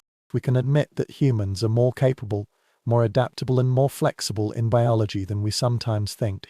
Our ancestors developed survival strategies that we could hardly imagine because they were so unfamiliar to our experiences. We can consider what we can learn from them. When human life is more closely linked to the natural cycle, what kind of wisdom can we draw from this era? When rest is regarded as necessary rather than shameful, when winter is a season of dreams, not a season of conquest and neglect. Ultimately, whether our ancestors truly hibernate may not be important. What matters is that this possibility taught us about ourselves, about the relationship between humans and nature, and about the value of rest, darkness and dreams. This story prompts us to reconsider our assumptions and question whether our modern way of life, minus constant activity, artificial light and disconnection from the natural rhythm is truly superior to the previous way of life, or whether we have sacrificed something important in pursuit of year-round productivity. As winter approaches each year, the days become shorter and the temperature drops, causing our physiological functions to experience fatigue and introverted reactions. Perhaps we should listen to those ancient voices and respect the seasonal wisdom encoded in our genes. One should allow oneself to rest deeper than usual. It's not hibernation in the literal sense. We have lives to live, responsibilities to fulfill, and work to do, but we need to find ways to slow down, simplify our lives, and create space for the kind of deep rest that our ancestors might have practiced, which our bodies still need. Even in this bright, warm and thrilling world we have created, perhaps on the darkest winter nights, we should turn off the lights, sit by the fire or candlelight, and allow ourselves to experience some darkness that is closer to what our ancestors knew. Perhaps we should sleep more, rest more, dream more, allow ourselves to be less efficient, less active and less consistently engaged. Perhaps we should recognize that the winter fatigue and introspection we often struggle with might be our biology's attempt to tell us something important, to guide us towards the rhythm that has supported human life for hundreds of thousands of years, and only then do we decide that we can completely surpass them. Paintings silently bear witness to a way of existence that we can hardly understand. The creators of art may spend several months each year in a state of consciousness that we have never experienced before. They may have entered the realm of dreams and vision that our busy, stimulated and constantly inspired brains cannot reach. Their conversations with us span tens of thousands of years. The images of these animals and hands, the traces left by humans in the darkness, their lives can only be imagined by us. Perhaps what they tell us is that if we can learn to listen, wisdom lies in tranquility, strength in darkness, and truth in dreams. To fully understand ourselves, we may need to acknowledge our kinship, not only with these ancient artists, but also with hibernating bats and sleeping bats, these creatures that instinctively understand what we have forgotten.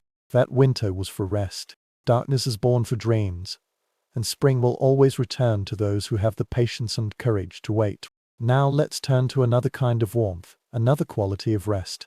We explored the shared experiences of winter survival, the common pains of the tribe and the shared sleep, huddling together to resist the cold. But even in that ancient terror, even in small communities where everyone was very familiar with each other, differences still existed.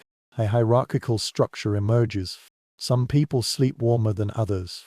This is not a comfortable fact. We like to imagine prehistoric society as egalitarian, as a pure manifestation of civilization, eroding the cooperation of human beings before us through inequality. This view has some merit. The survival of these small groups depends on cooperation, and individualism may mean death. But human beings are complex creatures. Even in the simplest society, status will manifest itself in various ways. Deep in our hearts, there is an instinct for equality and hierarchy, as well as an impulse to share and take. These contradictions even exist in the oldest human groups. The vision of romanticizing prehistoric life as a primitive paradise free from the corruption of power and status isn't tenable upon close examination. Yes, these are all small communities where everyone depends on each other. Yes, resources are to some extent limited, which forces people to share and cooperate.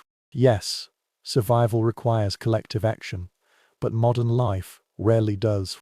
However, under these constraints and within the framework of this necessary cooperation, humans still found ways to distinguish themselves, established hierarchies, and created systems in which some people have greater influence, receive more respect, and enjoy more comfort than others. Fire is the first sign of difference.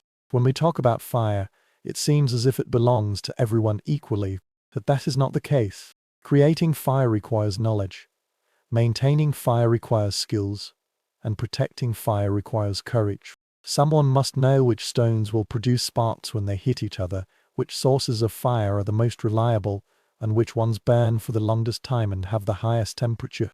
This kind of understanding is not widespread. It is organized by specific individuals and carefully taught to carefully selected apprentices. Making a fire is not a simple task that anyone can complete. This requires patience, skill, and a deep understanding of the material. Firefighters need to understand how different types of stones produce sparks of different qualities. If flint and pyrite strike each other correctly, they will produce the hot sparks needed to ignite the fluff. For both the angle and the intensity of the strike are very important. The condition of the stone is very important. A stone that has become too smooth due to use will not be able to produce sparks effectively. A collision at the wrong angle will produce sparks that are too cold to ignite anything. Through years of practice and observation, this firefighter has a thorough understanding of these details. The fire source itself requires knowledge to prepare and maintain. The inner bark of some trees, after being dried in the sun, is torn into fine fibers, which are excellent ignition materials. However, it must be kept absolutely dry. Bags made of animal bladders can be used to prevent moisture, or it can be stored in the driest part of the cave. Hay, certain types of fungi, and even bird nests. All of these can be used as ignition agents, but each has different characteristics and different optimal ignition conditions. Firefighters know which materials are most effective under different weather conditions and which ones they can rely on when everything else fails. Then comes the knowledge of wood itself. Not all wood burns in the same way. Hardwoods, like oak, burn slowly in the coal they produce can emit heat for several hours. Soft woods like pine trees are easier to catch fire but burn very quickly. Making a fire is always better than enduring a long winter night. The thick smoke produced by some woods can make caves uninhabitable. Others burn cleaner. Some forest fires are very dangerous with embers flying around, which may ignite bedding or clothes. Others are burning steadily and safely. Firefighters understand all of this, knowing when to use which type of wood and how to mix different types of wood to achieve the required heat and duration. Firefighters, or firefighters, usually have several people in a group, occupying a quiet power position. They have no formal rule. Such a concept does not exist yet, but they are indispensable, and everyone knows that. While they were speaking, others were listening. When they need something, a specific type of wood, a specific tool, to complete a task, they will receive help. When night falls, when they sleep around the stove, they sleep closest to the center and the warmth. This status was not achieved through force or explicit demands. On the contrary, it is a natural outcome of the group's understanding of value. The role of firefighters is so important that they cannot be allowed to risk getting sick from a cold or being exhausted due to lack of sleep. If firefighters cannot work properly, If their hands are too cold to effectively create sparks, or if their minds are too blurry to remember the key details of fire maintenance, then everyone will be affected. Therefore, the community ensures that firefighters sleep well, stay warm, and remain healthy and capable. This is a kind of practical wisdom disguised as privilege. This difference is subtle, perhaps just getting 1 or 2 feet closer to the flame, but that foot had a profound impact on comfort. The temperature gradient in the cave is very steep. Just a few feet away from the fire, the cold will intensify sharply. Those who sleep in the innermost circle experience a different winter from those who sleep in the outermost circle. The difference is not merely about the warmth of the body, although this is very important.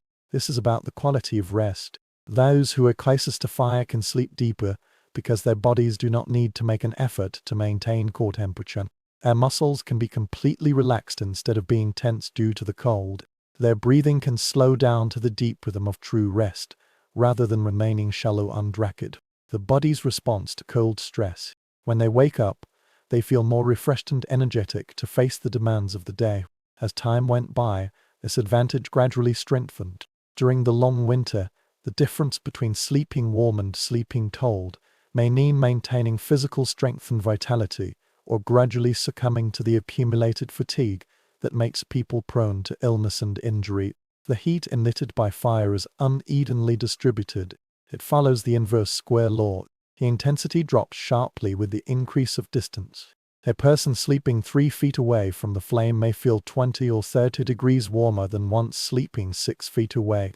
In a cave where the ambient temperature may hover above freezing point, this difference is everything. When you are 3 feet tall, your bare face may feel uncomfortably hot, while your back is very warm. When you are 6 feet tall, you will shiver intermittently from the cold, and your sleep will be interrupted by the shivering of your body as it tries to generate heat.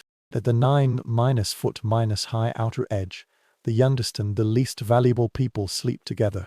The cold will be merciless, and only the warmth of others crowded together can break.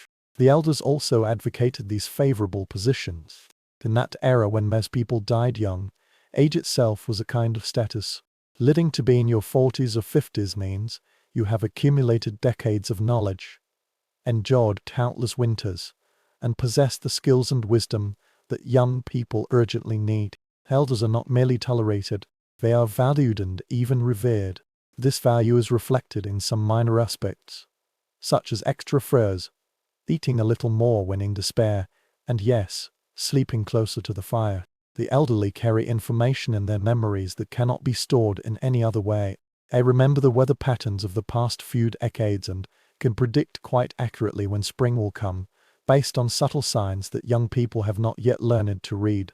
They knew which valleys were prone to flooding and which remained safe at the beginning of fall's life.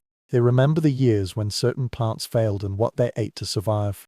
They know the locations of good flint deposits, some of which are places they discovered during days of travel and might be used again when they were young. They remember which individuals are related to which ones, and this information is crucial for avoiding inbreeding among these small populations.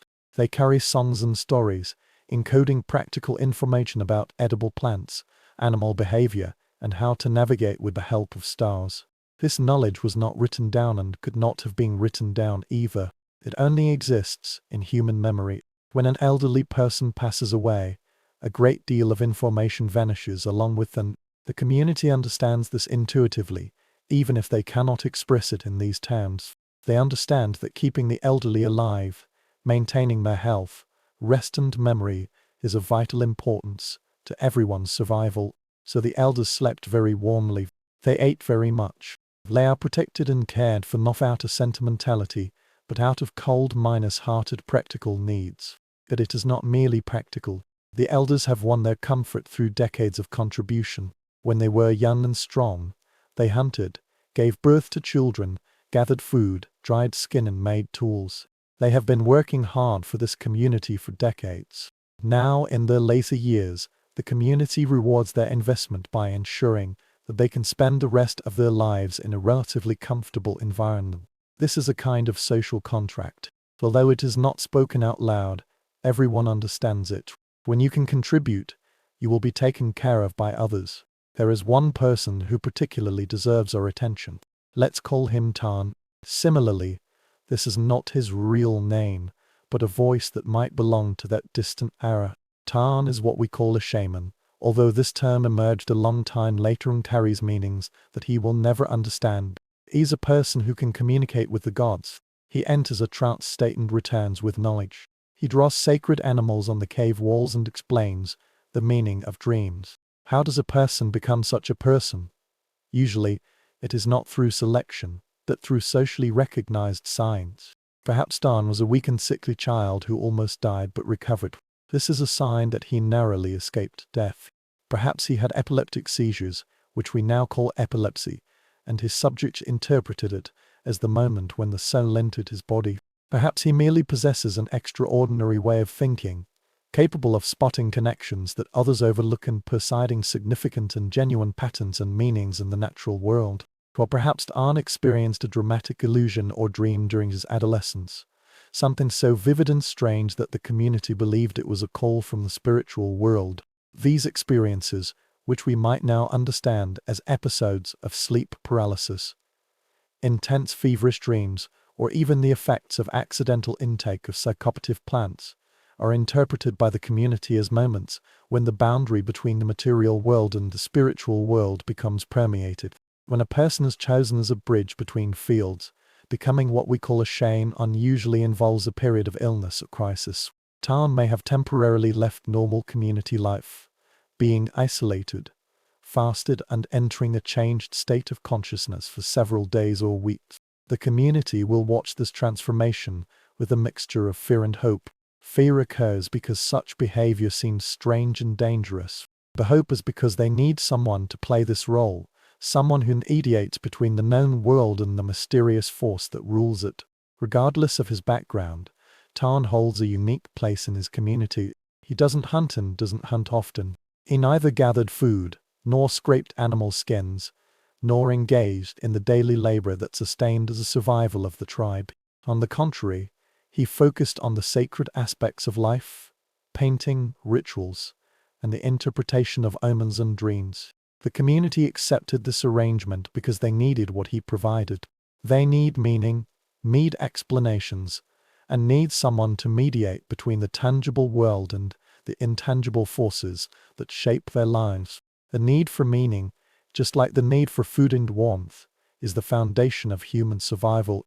If people believe that this is purposeful and if they can integrate their pain into a larger framework of understanding, they can endure extraordinary suffering. However, random hardships and meaningless difficulties can destroy human spirit in ways that are unattainable due to material scarcity. Tarn provides the framework. When a child died, he explained that it was the soul calling the child home. When hunting failed again and again, he would hold rituals to soothe the souls of the animals and restore their balance. When someone dreams of threatening images, he will explain the symbolic meaning and suggest taking action to prevent the imagined danger from occurring. In a supernatural sense, are all these true? We don't know, but its impact is real. When Tarn announced that the soul was fulfilled, people felt relieved and could focus their energy on the actual survival tasks instead of being numbed by anxiety. When he announces that a specific direction will lead to good hunting, and the hunters succeed along that direction, their confidence will increase, making future hunting more likely to succeed. Where he performs therapeutic rituals on patients, psychological comfort may help people's bodies resist diseases more effectively. The placebo effect is real and measurable. Although Tarn couldn't understand it in modern terms, he intuitively used it to provide the psychological conditions that help people survive. Tarn's sleeping space is separated from the main group. If not completely isolated, it would be dangerous and waste warmth. But it might be separated in a small bay deep in the cave, a space naturally divided by rock layers, or deliberately separated by hanging animal skins. This separation has multiple purposes. It indicates that his status is different and special. It provided privacy for the illusions and trance he entered, which in fact meant that he could keep his little fire. It can control the environment more precisely than those living in groups. The concave chamber was carefully selected. It needs to prevent through drafts, Be warm enough to stay comfortable, but not too close to the main living area, otherwise daily activities will interfere with Tarn's work. It needs walls suitable for painting. The icons he created were usually located near where he slept, so that he could meditate on them when he entered undermerged from a trance. His place needs to have a sense of separation, a space between the ordinary world and the spiritual realm he claims to enter. There might be some kind of mark at the entrance of this bay. Antlers are arranged in a specific pattern. The stones are coated with ochre, and bones are lined up. These signs are intended to remind the community that this is no ordinary space. An uninvited entry is illegal. What happens inside falls within the professional domain of Tarn. Children are taught from a young age to respect these boundaries and understand that Tarn spaces are different from public areas where they can move freely. The small fire is fed more carefully and steadily than the large one. It never died completely because Tarn or an apprentice sleeping nearby often woke up to take care of it. The wood used is sometimes specially selected for specific properties. The smoke produced when some woods burn has a slight mental effect. Juniper gives off a sweet, slightly intoxicating smoky aroma. The steam produced by certain fungi when they are dried and burned can slightly but significantly alter consciousness. We know this because we found evidence in the caven remnants of these substances in the burned areas. The concentration of these substances indicates that they were deliberately used rather than randomly selected. People at that time were very familiar with plants and their characteristics. They know which barks can relieve pain, which roots can relieve stomach discomfort, and which leaves can induce sleep or change dreams. This kind of knowledge may not seem scientific to us, but it is empirical, having been tested by several generations and refined through careful observation of cause and effect. If we could somehow completely reconstruct the pharmacological knowledge that the ancients possessed, we would be astonished. For instance, they know that willow bark contains compounds that relieve pain and fever, the same as those we now extract and synthesize for aspirin. They know that certain mushrooms can cure infections containing the antibiotic compounds we now know. They know that poppy juice can relieve severe pain and promote sleep. They identified which plants could cause hallucinations and which could lead to poisoning. They understand the subtle difference between therapeutic doses and dangerous overdoses. This kind of knowledge has been gradually accumulated over countless generations. At some point in the distant past, someone ate a special plant and felt that their headache was relieved. Some people have also noticed that fragments made from certain leaves seem to help wounds heal faster. These observations were remembered, tested and improved. The effective dosage was discovered through repeated trials. Preparations that make drugs more effective, such as drying, heating and mixing with other substances, have all been gradually developed through experiments. As the spiritual expert of the community, Tarn is likely to be the pharmacology expert of the community as well. He knows which plants to collect, when to collect them for the maximum effect, and how to prepare. He knows which cigarettes can cause hallucinations, and which ones only make people drowsy. He understood that mixing certain plants could enhance their effects, while others would neutralize them or make them dangerous. This knowledge is part of his strength and an invaluable part of his contribution to the community. Therefore, Tarn would sit on the long winter nights, breathing in the smoke to make the darkness more vivid, and the illusion would make the animals painted on the wall seem to be moving and speaking. He will enter a trance-like state of consciousness expansion or contraction. The experience of shamanism describes these two situations. In these states, he will receive information and understand things that normal consciousness cannot comprehend. The trance-like state is deliberately cultivated through various techniques. Cigarettes with mental effects can be helpful, but they are not the only tool.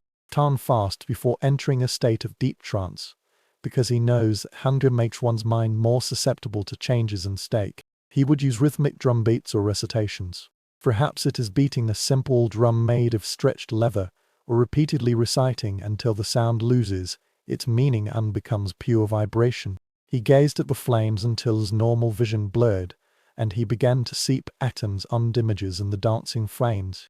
In these states of change, the normal boundaries of consciousness become permeable. His own past memories would surface exceptionally clearly, blending with the current images, the paintings on the wall and the stories he had heard. His brain will establish unusual connections and perceive the relationships between things that seem to have no connection in normal consciousness. He would feel extremely intense emotions, fear, ecstasy, deep sorrow, and transcendent joy. All these emotions washed over him like waves.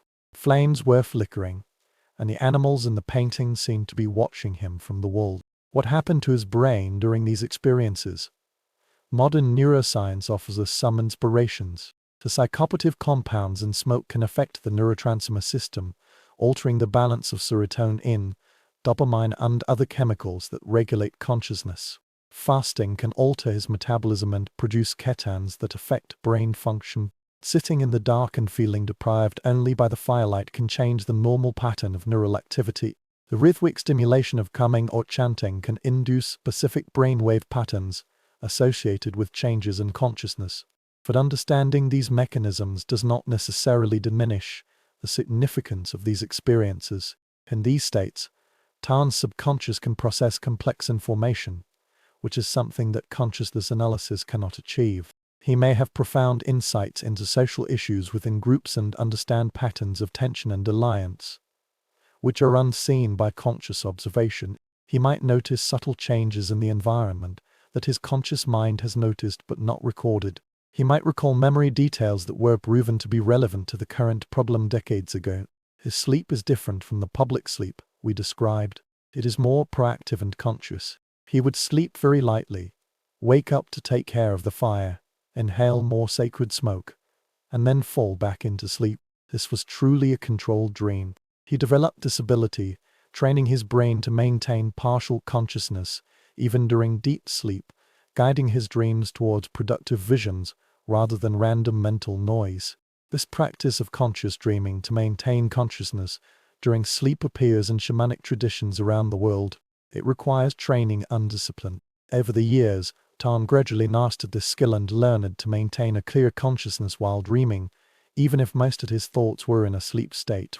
In this near-mindless death state, he could observe the unfolding of his dreams, sometimes even influence the direction, and remember them exceptionally clearly after waking up. For Tarn, the line between wakefulness and sleep is not as clear as it is for most people. His day and night interwove in his constantly changing consciousness. During the day, he might doze off, sit by the stove and enter a brief state of dreams. He might wake up many times at night, each time accompanied by visions or insights. His sleep was intermittent but rich, brimming with imagery and meaning that ordinary sleep rarely offers. This process of constantly moving between states of consciousness comes at a cost. Tarn may suffer from chronic fatigue, which is caused by exhaustion resulting from never being fully awake or fully asleep. His nervous system is constantly stimulated and constantly processes unusual sensory and emotional experiences. But this is regarded as the price of his mission, the sacrifice required as a bridge for the community to reach the spiritual realm. The community raise their problems and concerns to him. If someone is ill, if hunting is bad, if relationships between people are tense, if strange things are seen or heard, all of these will be brought to Tarn. He will think about it all night, really. He will enter a changed state and seek guidance. When he wakes up, he will offer explanations and suggestions that are generally accepted by the community. The process that brought problems to Tarn played multiple roles. Obviously, people hope to receive practical solutions or spiritual intercession. However, the act of counseling itself provides psychological relief. Simply tell others about the problem. Some people's role is to listen and respond, helping people organize their thoughts and emotions. The ceremony of negotiation, approaching Tarn's lover, making appropriate respectful gestures, formally stating the issue, creating structure amid chaos, and keeping the overwhelming feeling under control. Tarn's responses don't always take effect immediately. Sometimes his visions are mysterious and need explanations. Sometimes they seem irrelevant to the problem at hand. But even ambiguous guidance is better than no guidance at all. If someone comes to him, worried about the upcoming hunt, and Tarn reports seeing a white deer running towards the sunrise, the hunter can decide that this means they should search eastward, should look for unusual marks on the animal, and should be particularly vigilant and careful. It doesn't matter whether this vision contains true supernatural knowledge or not. What matters is that it gives the hunter a framework, a plan, a sense of purpose and direction. Did he really acquire supernatural knowledge? We cannot answer this question for sure, but we can say that his suggestions may have worked, at least often, to maintain his position. Perhaps this change in state enables his subconscious to process complex social and environmental information in ways that his conscious thinking cannot handle. Perhaps these visions offer metaphorical solutions that the community can translate into concrete actions. Or it is equally possible that merely the existence of a decision-maker, someone whose explanations are regarded as authoritative, reduces the numbing uncertainty and enables the team to act in unity. For Tarn, a success rate is not necessarily perfect, and he can still hold on to his position. If his guidance can lead to successful results half of the time, or even less, that might be sufficient. Human beings are very good at remembering success and forgetting or rationalizing failure. When Tarn's vision led the hunters to their prey, everyone remembered that the story was retold. When his guidance failed to produce any results, explanations emerged. The ghosts are testing them. Someone in the group violated the taboo. The ceremony was not carried out properly. These explanations retain the belief in Tarn's capabilities, even if empirical results do not support them. Another possibility is that Tarn's suggestion worked for a self-fulfilling prophecy. If he declares that the hunters will succeed in a certain direction, they will walk in that direction with confidence, and confidence will enhance performance. Anxious and uncertain hunters lack observation, skills and patience, and their accuracy in using weapons is not high. A confident hunter will pay more attention to details, wait for the best moment, and be more concentrated when throwing the spear. So Tarn's illusions, even if they do not contain supernatural elements, may merely improve the success around Tarn by providing psychological conditions. Some accumulated things are not property in the modern sense, but rather sacred possessions belonging to his role rather than his personal status. Carefully clean and arrange the animal skulls, unusual stones with interesting colors or patterns, bundles of dried plants, impressive antlers, which might be early writing or simply symbolic. The collection period of these items can last for several years, and sometimes even for decades. Each one is meaningful, each one is related to a specific vision or a successful healing or important moment in the community's history. The bear's skull might have come from an animal that was killed in an especially difficult winter. This is the hunting ceremony carefully arranged by Tarn. Someone might have brought an unusual stone to Tarn after having a powerful dream. These carved bones might have been personally carved by Tarn during the long winter nights. These marks encode memories of illusions or serve as pneumatic devices for remembering complex rituals. Some items have been passed down from previous shamans and are the carriers of generational inheritance. When an old shaman passes away, some sacred items will be transferred to the new shaman, and their meanings and usage instructions will be explained. The transmission of such items is a way to pass on knowledge and authority, and it is a traditional maintenance method that transcends time. These items themselves have become a treasure trove of the community's spiritual history. When he is resting, these items are stored in the sleeping area around him. They are not decorative. They are the tools for his spiritual practice and the things that help him enter the spiritual realm. When he slept among them, he was truly surrounded by the sacred. This environment shaped his dreams and vision. It is not random to place items where he sleeps. Each one has been meticulously designed to create a meaningful geographical location. The bear skull might be placed where Tarn first saw it, after waking up, reminding him of his connection with the bear's power. These carved bones might be arranged in symbolic patterns, forming a sacred figure around his sleeping fur. Bunches of plants were placed in easily accessible locations, so Tarn could put them in the fire while not fully awake, maintaining a sacred smoke atmosphere throughout the night. This environment influences Tarn's consciousness in a subtle but significant way. These items provided hints for his subconscious and anchors for his dreams.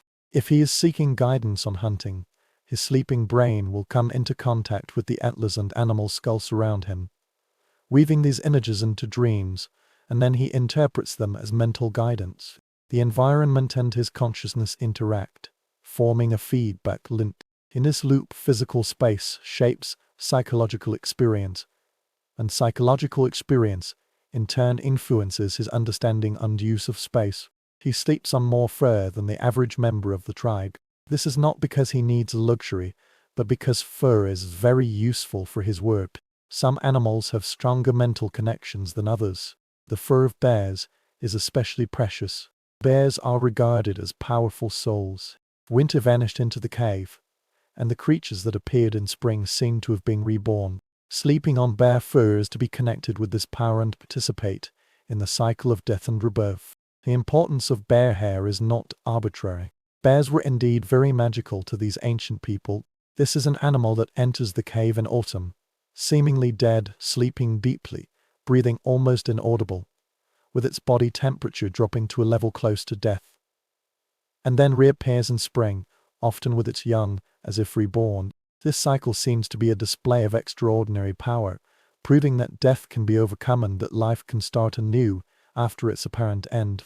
For Tan, sleeping on bear fur is an alliance with this power, symbolizing participation in the bear's journey of death and rebirth.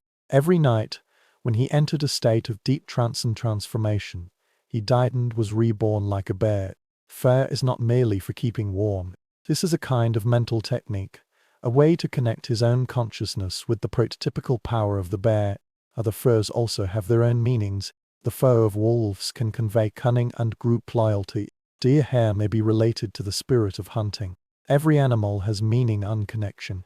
Sleeping on their fur is a way to integrate these qualities, making them part of Tan's spiritual arsenal. Tan's sleep is also rarely disturbed by practical problems. He doesn't need to get up to fetch water, nor does he need to check on the children's conditions, nor does he need to carry out daily survival tasks.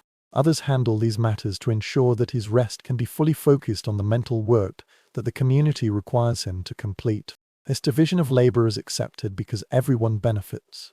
The community received guidance and meaning, and in exchange, they supported those who provided these fundamental, but intangible services. This freedom from actual responsibility is both a privilege and a burden. Yes, Tan doesn't have to worry about the daily survival tasks, but he also shoulders the responsibility of being the main source of spiritual guidance and meaning for the community. When things go wrong, when his vision fails to offer useful guidance, and when the ceremony does not produce the expected results, the responsibility falls on him. He couldn't simply shrug his shoulders and say he didn't know. His entire role relies on being a knowledgeable person, someone who can access knowledge that ordinary people cannot. The community's demand for Tan is neither automatic nor unconditional. This depends on his consistent performance. If he loses the ability to enter an extraordinary state, if his vision stops showing, and if his guidance fails repeatedly, the community will gradually withdraw its support. He should resume his normal work and hunt and gather like others. His special status will no longer exist. This kind of threat is seldom explicit, but Tan must have often felt it. He must have understood that his comfort and privilege are conditional and depend on maintaining society's trust in his ability, that we should not imagine him as a comfortable and easy person. His position bears a heavy burden that others have not taken on. When things go wrong, when someone dies disregarding his healing ceremony, when a hunt fails, even though he reads auspicious omens, he will feel the weight of failure. The community might question whether his power is waning and whether his soul has abandoned him. His position was only guaranteed if he achieved something, but during that unstable period, his achievements were never guaranteed. The psychological burden of this kind of responsibility will be huge. In a sense, every disease in the community has become a test of Tan's ability. Every failed hunt raised questions about whether he had correctly carried out the ritual and correctly interpreted the omens. When a child died, Tan had to explain and explain. I have to help my grieving family accept the loss. He might have been thinking all along whether he could do something different and whether his rituals were not enough. His burden will accompany him to sleep and fill his dreams with anxiety. He might dream of letting down the community, being exposed as powerless, and having his soul regain their favor. He might wake up sweating profusely and in terror at night, unsure whether a particular dream is a genuine mental warning or the community will watch this transformation with a mixture of fear and hope. Fear occurs because such behavior seems strange and dangerous. The hope is because they need someone to play this role, someone who mediates between the known world and the mysterious force that rules it. Regardless of his background, Tarn holds a unique place in his community. He doesn't hunt and doesn't hunt often. He neither gathered food, nor scraped animal skins, nor engaged in the daily labor that sustained the survival of the tribe. On the contrary, he focused on the sacred aspects of life, painting, rituals, and the interpretation of omens and dreams. The community accepted this arrangement because they needed what he provided. They need meaning, need explanations, and need someone to mediate between the tangible world and the intangible forces that shape their lives. The need for meaning, just like the need for food and warmth, is the foundation of human survival. If people believe that this is purposeful and if they can integrate their pain into a larger framework of understanding, they can endure extraordinary suffering. However, random hardships and meaningless difficulties can destroy human spirit in ways that are unattainable due to material scarcity. Tarn provides the framework. When a child died, he explained, but it was the soul calling the child home. When hunting failed again and again, he would hold rituals to soothe the souls of the animals and restore their balance. When someone dreams of threatening images, he will explain the symbolic meaning and suggest taking action to prevent the imagined danger from occurring. In a supernatural sense, are all these true? We don't know, but its impact is real. When Tarn announced that the soul was fulfilled, people felt relieved and could focus their energy on the actual survival tasks instead of being numbed by anxiety. When he announces that a specific direction will lead to good hunting, and the hunters succeed along that direction, their confidence will increase, making future hunting more likely to succeed. When he performs therapeutic rituals on patients, psychological comfort may help people's bodies resist diseases more effectively. The placebo effect is real and measurable. Although Tarn couldn't understand it in modern terms, he intuitively used it to provide the psychological conditions that help people survive. Tarn's sleeping space is separated from the main group. If not completely isolated, it would be dangerous and waste warmth. But it might be separated at a small bay deep in the cave, a space naturally divided by rock layers, or deliberately separated by hanging animal skins. This separation has multiple purposes. It indicates that his status is different and special. It provided privacy for the illusions and trance he entered, which in fact meant that he could keep his little fire. It can control the environment more precisely than those living in groups. The concave chamber was carefully selected. It needs to prevent through drafts, be warm enough to stay comfortable, but not too close to the main living area, otherwise daily activities will interfere with Tarn's work. It needs walls suitable for painting. The iceagehistory he created were usually located near where he slept, so that he could meditate on them when he entered and emerged from a trance. This place needs to have a sense of separation, a space between the ordinary world and the spiritual realm he claims to enter. There might be some kind of mark at the entrance of this bay. Antlers are arranged in a specific pattern, the stones are coated with ochre, and bones are lined up. These signs are intended to remind the community that this is no ordinary space, and uninvited entry is illegal. What happens inside falls within the professional domain of Tarn. Children are taught from a young age to respect these boundaries and understand that Tarn spaces are different from public areas where they can move freely. This small fire is fed more carefully and steadily than the large one. It never died completely because Tarn or an apprentice sleeping near by often woke up to take care of it. The wood used is sometimes specially selected for specific properties. The smoke produced when some woods burn has a slight mental effect. Juniper gives off a sweet, slightly intoxicating smoky aroma. The steam produced by certain fungi when they are dried and burned can slightly but significantly alter consciousness. We know this because we found evidence in the Cavemen remnants of these substances in the burned areas. The concentration of these substances indicates that they were deliberately used rather than randomly selected. People at that time were very familiar with plants and their characteristics. They know which barks can relieve pain, which roots can relieve stomach discomfort, and which leaves can induce sleep or change dreams. This kind of knowledge may not seem scientific to us, but it is empirical, having been tested by several generations and refined through careful observation of cause and effect. If we could somehow completely reconstruct the pharmacological knowledge that the ancients possessed, we would be astonished. For instance, they know that willow bark contains compounds that relieve pain and fever, the same as those we now extract and synthesize for aspirin. They know that certain mushrooms can cure infections containing the antibiotic compounds we now know. They know that poppy juice can relieve severe pain and promote sleep. They identified which plants could cause hallucinations and which could lead to poisoning. They understand the subtle difference between therapeutic doses and dangerous overdoses. This kind of knowledge has been gradually accumulated over countless generations.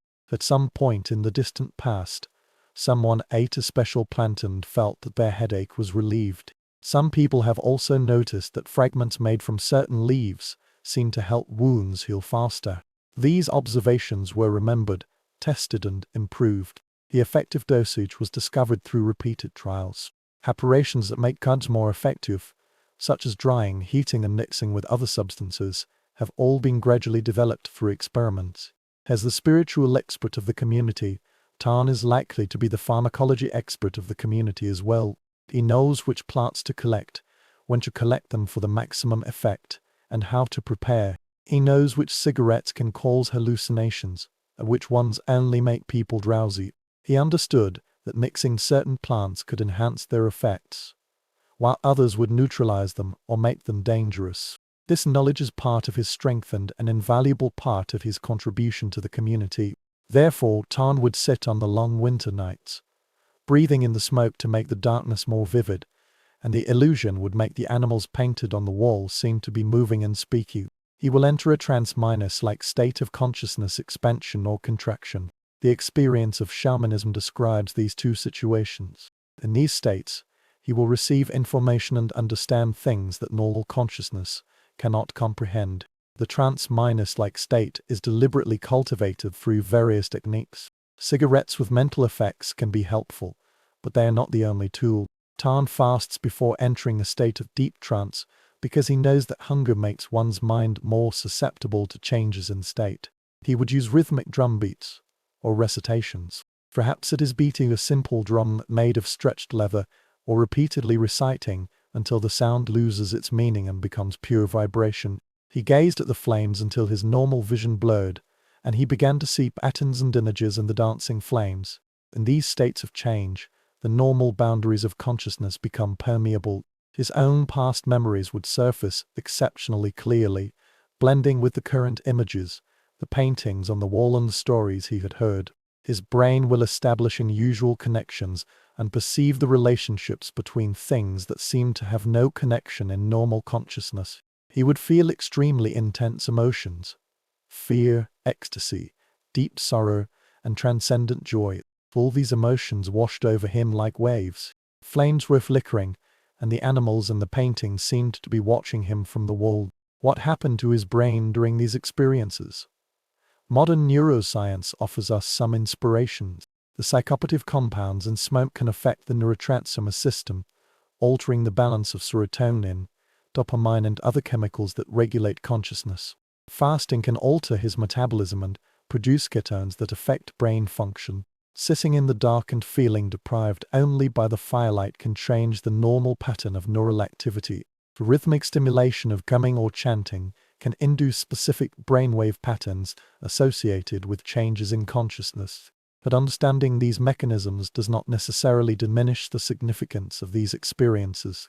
In these states, Tarn's subconscious can process complex information, which is something that consciousness analysis cannot achieve. He may have profound insights into social issues within groups and understand patterns of tension and alliance, which are unseen by conscious observation. He might notice subtle changes in the environment that his conscious mind has noticed but not recorded. He might recall memory details that were proven to be relevant to the current problem decades ago. His sleep is different from the public sleep we described. It is more proactive and conscious. He would sleep very lightly, wake up to take care of the fire, inhale more sacred smoke, and then fall back into sleep. This was truly a controlled dream. He developed this ability, training his brain to maintain partial consciousness, even during deep sleep, guiding his dreams towards productive visions rather than random mental noise. This practice of conscious dreaming to maintain consciousness during sleep appears in shamanic traditions around the world. It requires training and discipline. Over the years, Tarn gradually mastered the skill and learned to maintain a clear consciousness while dreaming, even if most of his thoughts were in a sleep state. In this near-death state, he could observe the unfolding of his dreams, sometimes even influence their direction, and remember them exceptionally clearly after waking up. For Tarn, the line between wakefulness and sleep is not as clear as it is for most people. His day and night interwove in his constantly changing consciousness. During the day, he might doze off, sit by the stove and enter a brief state of dreams. He might wake up many times at night, each time accompanied by visions or insights. His sleep was intermittent but rich, brimming with imagery and meaning that ordinary sleep rarely offers. This process of constantly moving between states of consciousness comes at a cost. Tarn may suffer from chronic fatigue, which is caused by exhaustion resulting from never being fully awake or fully asleep. His nervous system is constantly stimulated and constantly processes unusual sensory and emotional experiences. But this is regarded as the price of his mission, the sacrifice required as a bridge for the community to reach the spiritual realm. The community raise their problems and concerns to him. If someone is ill, if hunting is bad, if relationships between people are tense, if strange things are seen or heard, all of these will be brought to Tarn. He will think about it all night, really. He will enter a changed state and seek guidance. When he wakes up, he will offer explanations and suggestions that are generally accepted by the community. The process that brought problems to Tarn played multiple roles.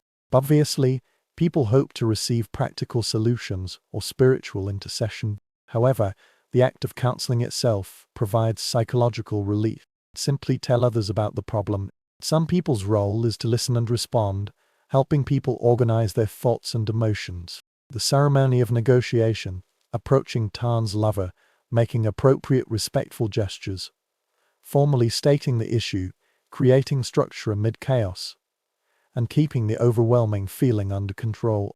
Tarn's responses don't always take effect immediately. Sometimes his visions are mysterious and need explanations. Sometimes they seem irrelevant to the problem at hand. But even ambiguous guidance is better than no guidance at all. If someone comes to him, worried about the upcoming hunt, and Tarn reports seeing a white deer running towards the sunrise, the hunter can decide that this means they should search eastward, should look for unusual marks on the animal, and should be particularly vigilant and careful. It doesn't matter whether this vision contains true supernatural knowledge or not. What matters is that it gives the hunter a framework, a plan, a sense of purpose and direction. Did he really acquire supernatural knowledge? We cannot answer this question for sure, but we can say that his suggestions may have worked, at least often, to maintain his position. Perhaps this change in state enables his subconscious to process complex social and environmental information in ways that his conscious thinking cannot handle. Perhaps these visions offer metaphorical solutions that the community can translate into concrete actions. Or it is equally possible that merely the existence of a decision-maker, someone whose explanations are regarded as authoritative, reduces the numbing uncertainty and enables the team to act in unity. For Tarn, the success rate is not necessarily perfect, and he can still hold on to his position. If his guidance can lead to successful results half of the time, or even less, that might be sufficient. Human beings are very good at remembering success and forgetting or rationalizing failure. When Tarn's vision led the hunters to their prey, everyone remembered that the story was retold. When his guidance failed to produce any results, explanations emerged. The ghosts are testing them. Someone in the group violated the taboo. The ceremony was not carried out properly. These explanations retain the belief in Tarn's capabilities, even if empirical results did not support them. Another possibility is that Tarn's suggestion worked through a self-fulfilling prophecy. If he declares that the hunters will succeed in a certain direction, they will walk in that direction with confidence, and confidence will enhance performance. Anxious and uncertain hunters lack observation skills and patience, and their accuracy in using weapons is not high. A confident hunter will pay more attention to details, wait for the best moment, and be more concentrated when throwing the spear. So Tarn's illusions, even if they do not contain supernatural elements, may merely improve the success around Tarn by providing psychological conditions. Some accumulated things are not property in the modern sense, but rather sacred possessions belonging to his role rather than his personal status. Carefully clean and arrange the animal skulls, unusual stones with interesting colors or patterns, bundles of dried plants, impressive antlers, marked bones, which might be early writing or simply symbolic. The collection period of these items can last for several years, and sometimes even for decades. Each one is meaningful. Each one is related to a specific vision or a successful healing or an important moment in the community's history. The bear's skull might have come from an animal that was killed in an especially difficult winter. This is the hunting ceremony carefully arranged by Tarn. Someone might have brought an unusual stone to Tarn after having a powerful dream. These curved bones might have been personally carved by Tarn during the long winter nights. These marks encode memories of illusions or serve as pneumatic devices for remembering complex rituals. Some items have been passed down from previous shamans and are the carriers of generational inheritance. When an old shaman passes away, some sacred items will be transferred to the new shaman, and their meanings and usage instructions will be explained. A transmission of such items is a way to pass on knowledge and authority, and it is a traditional maintenance method that transcends time. These items themselves have become a treasure trove of the community's spiritual history. When he is resting, these items are stored in the sleepy area around him. They are not decorative. They are the tools for his spiritual practice and the things that help him enter the spiritual realm. When he slept among them, he was truly surrounded by the sacred. This environment shaped his dreams and vision. It is not random to place items where he sleeps. Each one has been meticulously designed to create a meaningful geographical location. The bear skull might be placed where Tarn first saw it after waking up, reminding him of his connection with the bear's power. These carved bones might be arranged in symbolic patterns, forming a sacred figure around his sleeping fur. Bunches of plants were placed in easily accessible locations, so Tarn could put them in the fire while not fully awake, maintaining a sacred smoke atmosphere throughout the night. This environment influences Tarn's consciousness in a subtle but significant way. These items provided hints for his subconscious and anchors for his dreams. If he is seeking guidance on hunting, his sleeping brain will come into contact with the antlers and animal skulls around him, weaving these images into dreams, and then he interprets them as mental guidance. The environment and his consciousness interact, forming a feedback loop. In this loop, physical space shapes psychological experience, and psychological experience in turn influences his understanding and use of space. He sleeps on more fur than the average member of the tribe. This is not because he needs luxury, but because fur is very useful for his work. Some animals have stronger mental connections than others. The fur of bears is especially precious, as are regarded as powerful souls. Winter vanished into the cave, and the creatures that appeared in spring seem to have been reborn. Sleeping on bear fur is to be connected with this power and participate in the cycle of death and rebirth. The importance of bear hair is not arbitrary. Bears were indeed very magical to these ancient people. This is an animal that enters the cave in autumn, seemingly dead, sleeping deeply, breathing almost inaudible, with its body temperature dropping to a level close to death, and then reappears in spring, often with its young as if reborn. This cycle seems to be a display of extraordinary power, proving that death can be overcome and that life can start anew after its apparent end. For Tarn, sleeping on bear fur is an alliance with this power, symbolizing participation in the bear's journey of death and rebirth. Every night when he entered a state of deep trance and transformation, he died and was reborn like a bear. Fur is not merely for keeping wool. This is a kind of mental technique, a way to connect his own consciousness with the prototypical power of the bear. Other furs also have their own meanings. The fur of wolves can convey cunning and group loyalty. Deer hair may be related to the spirit of hunting.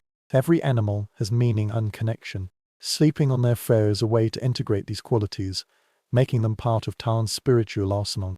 Tarn's sleep is also rarely disturbed by practical problems. He doesn't need to get up to fetch water, nor does he need to check on the children's conditions, nor does he need to carry out daily survival tasks. Others handle these matters to ensure that his rest can be fully focused on the mental work that the community requires him to complete.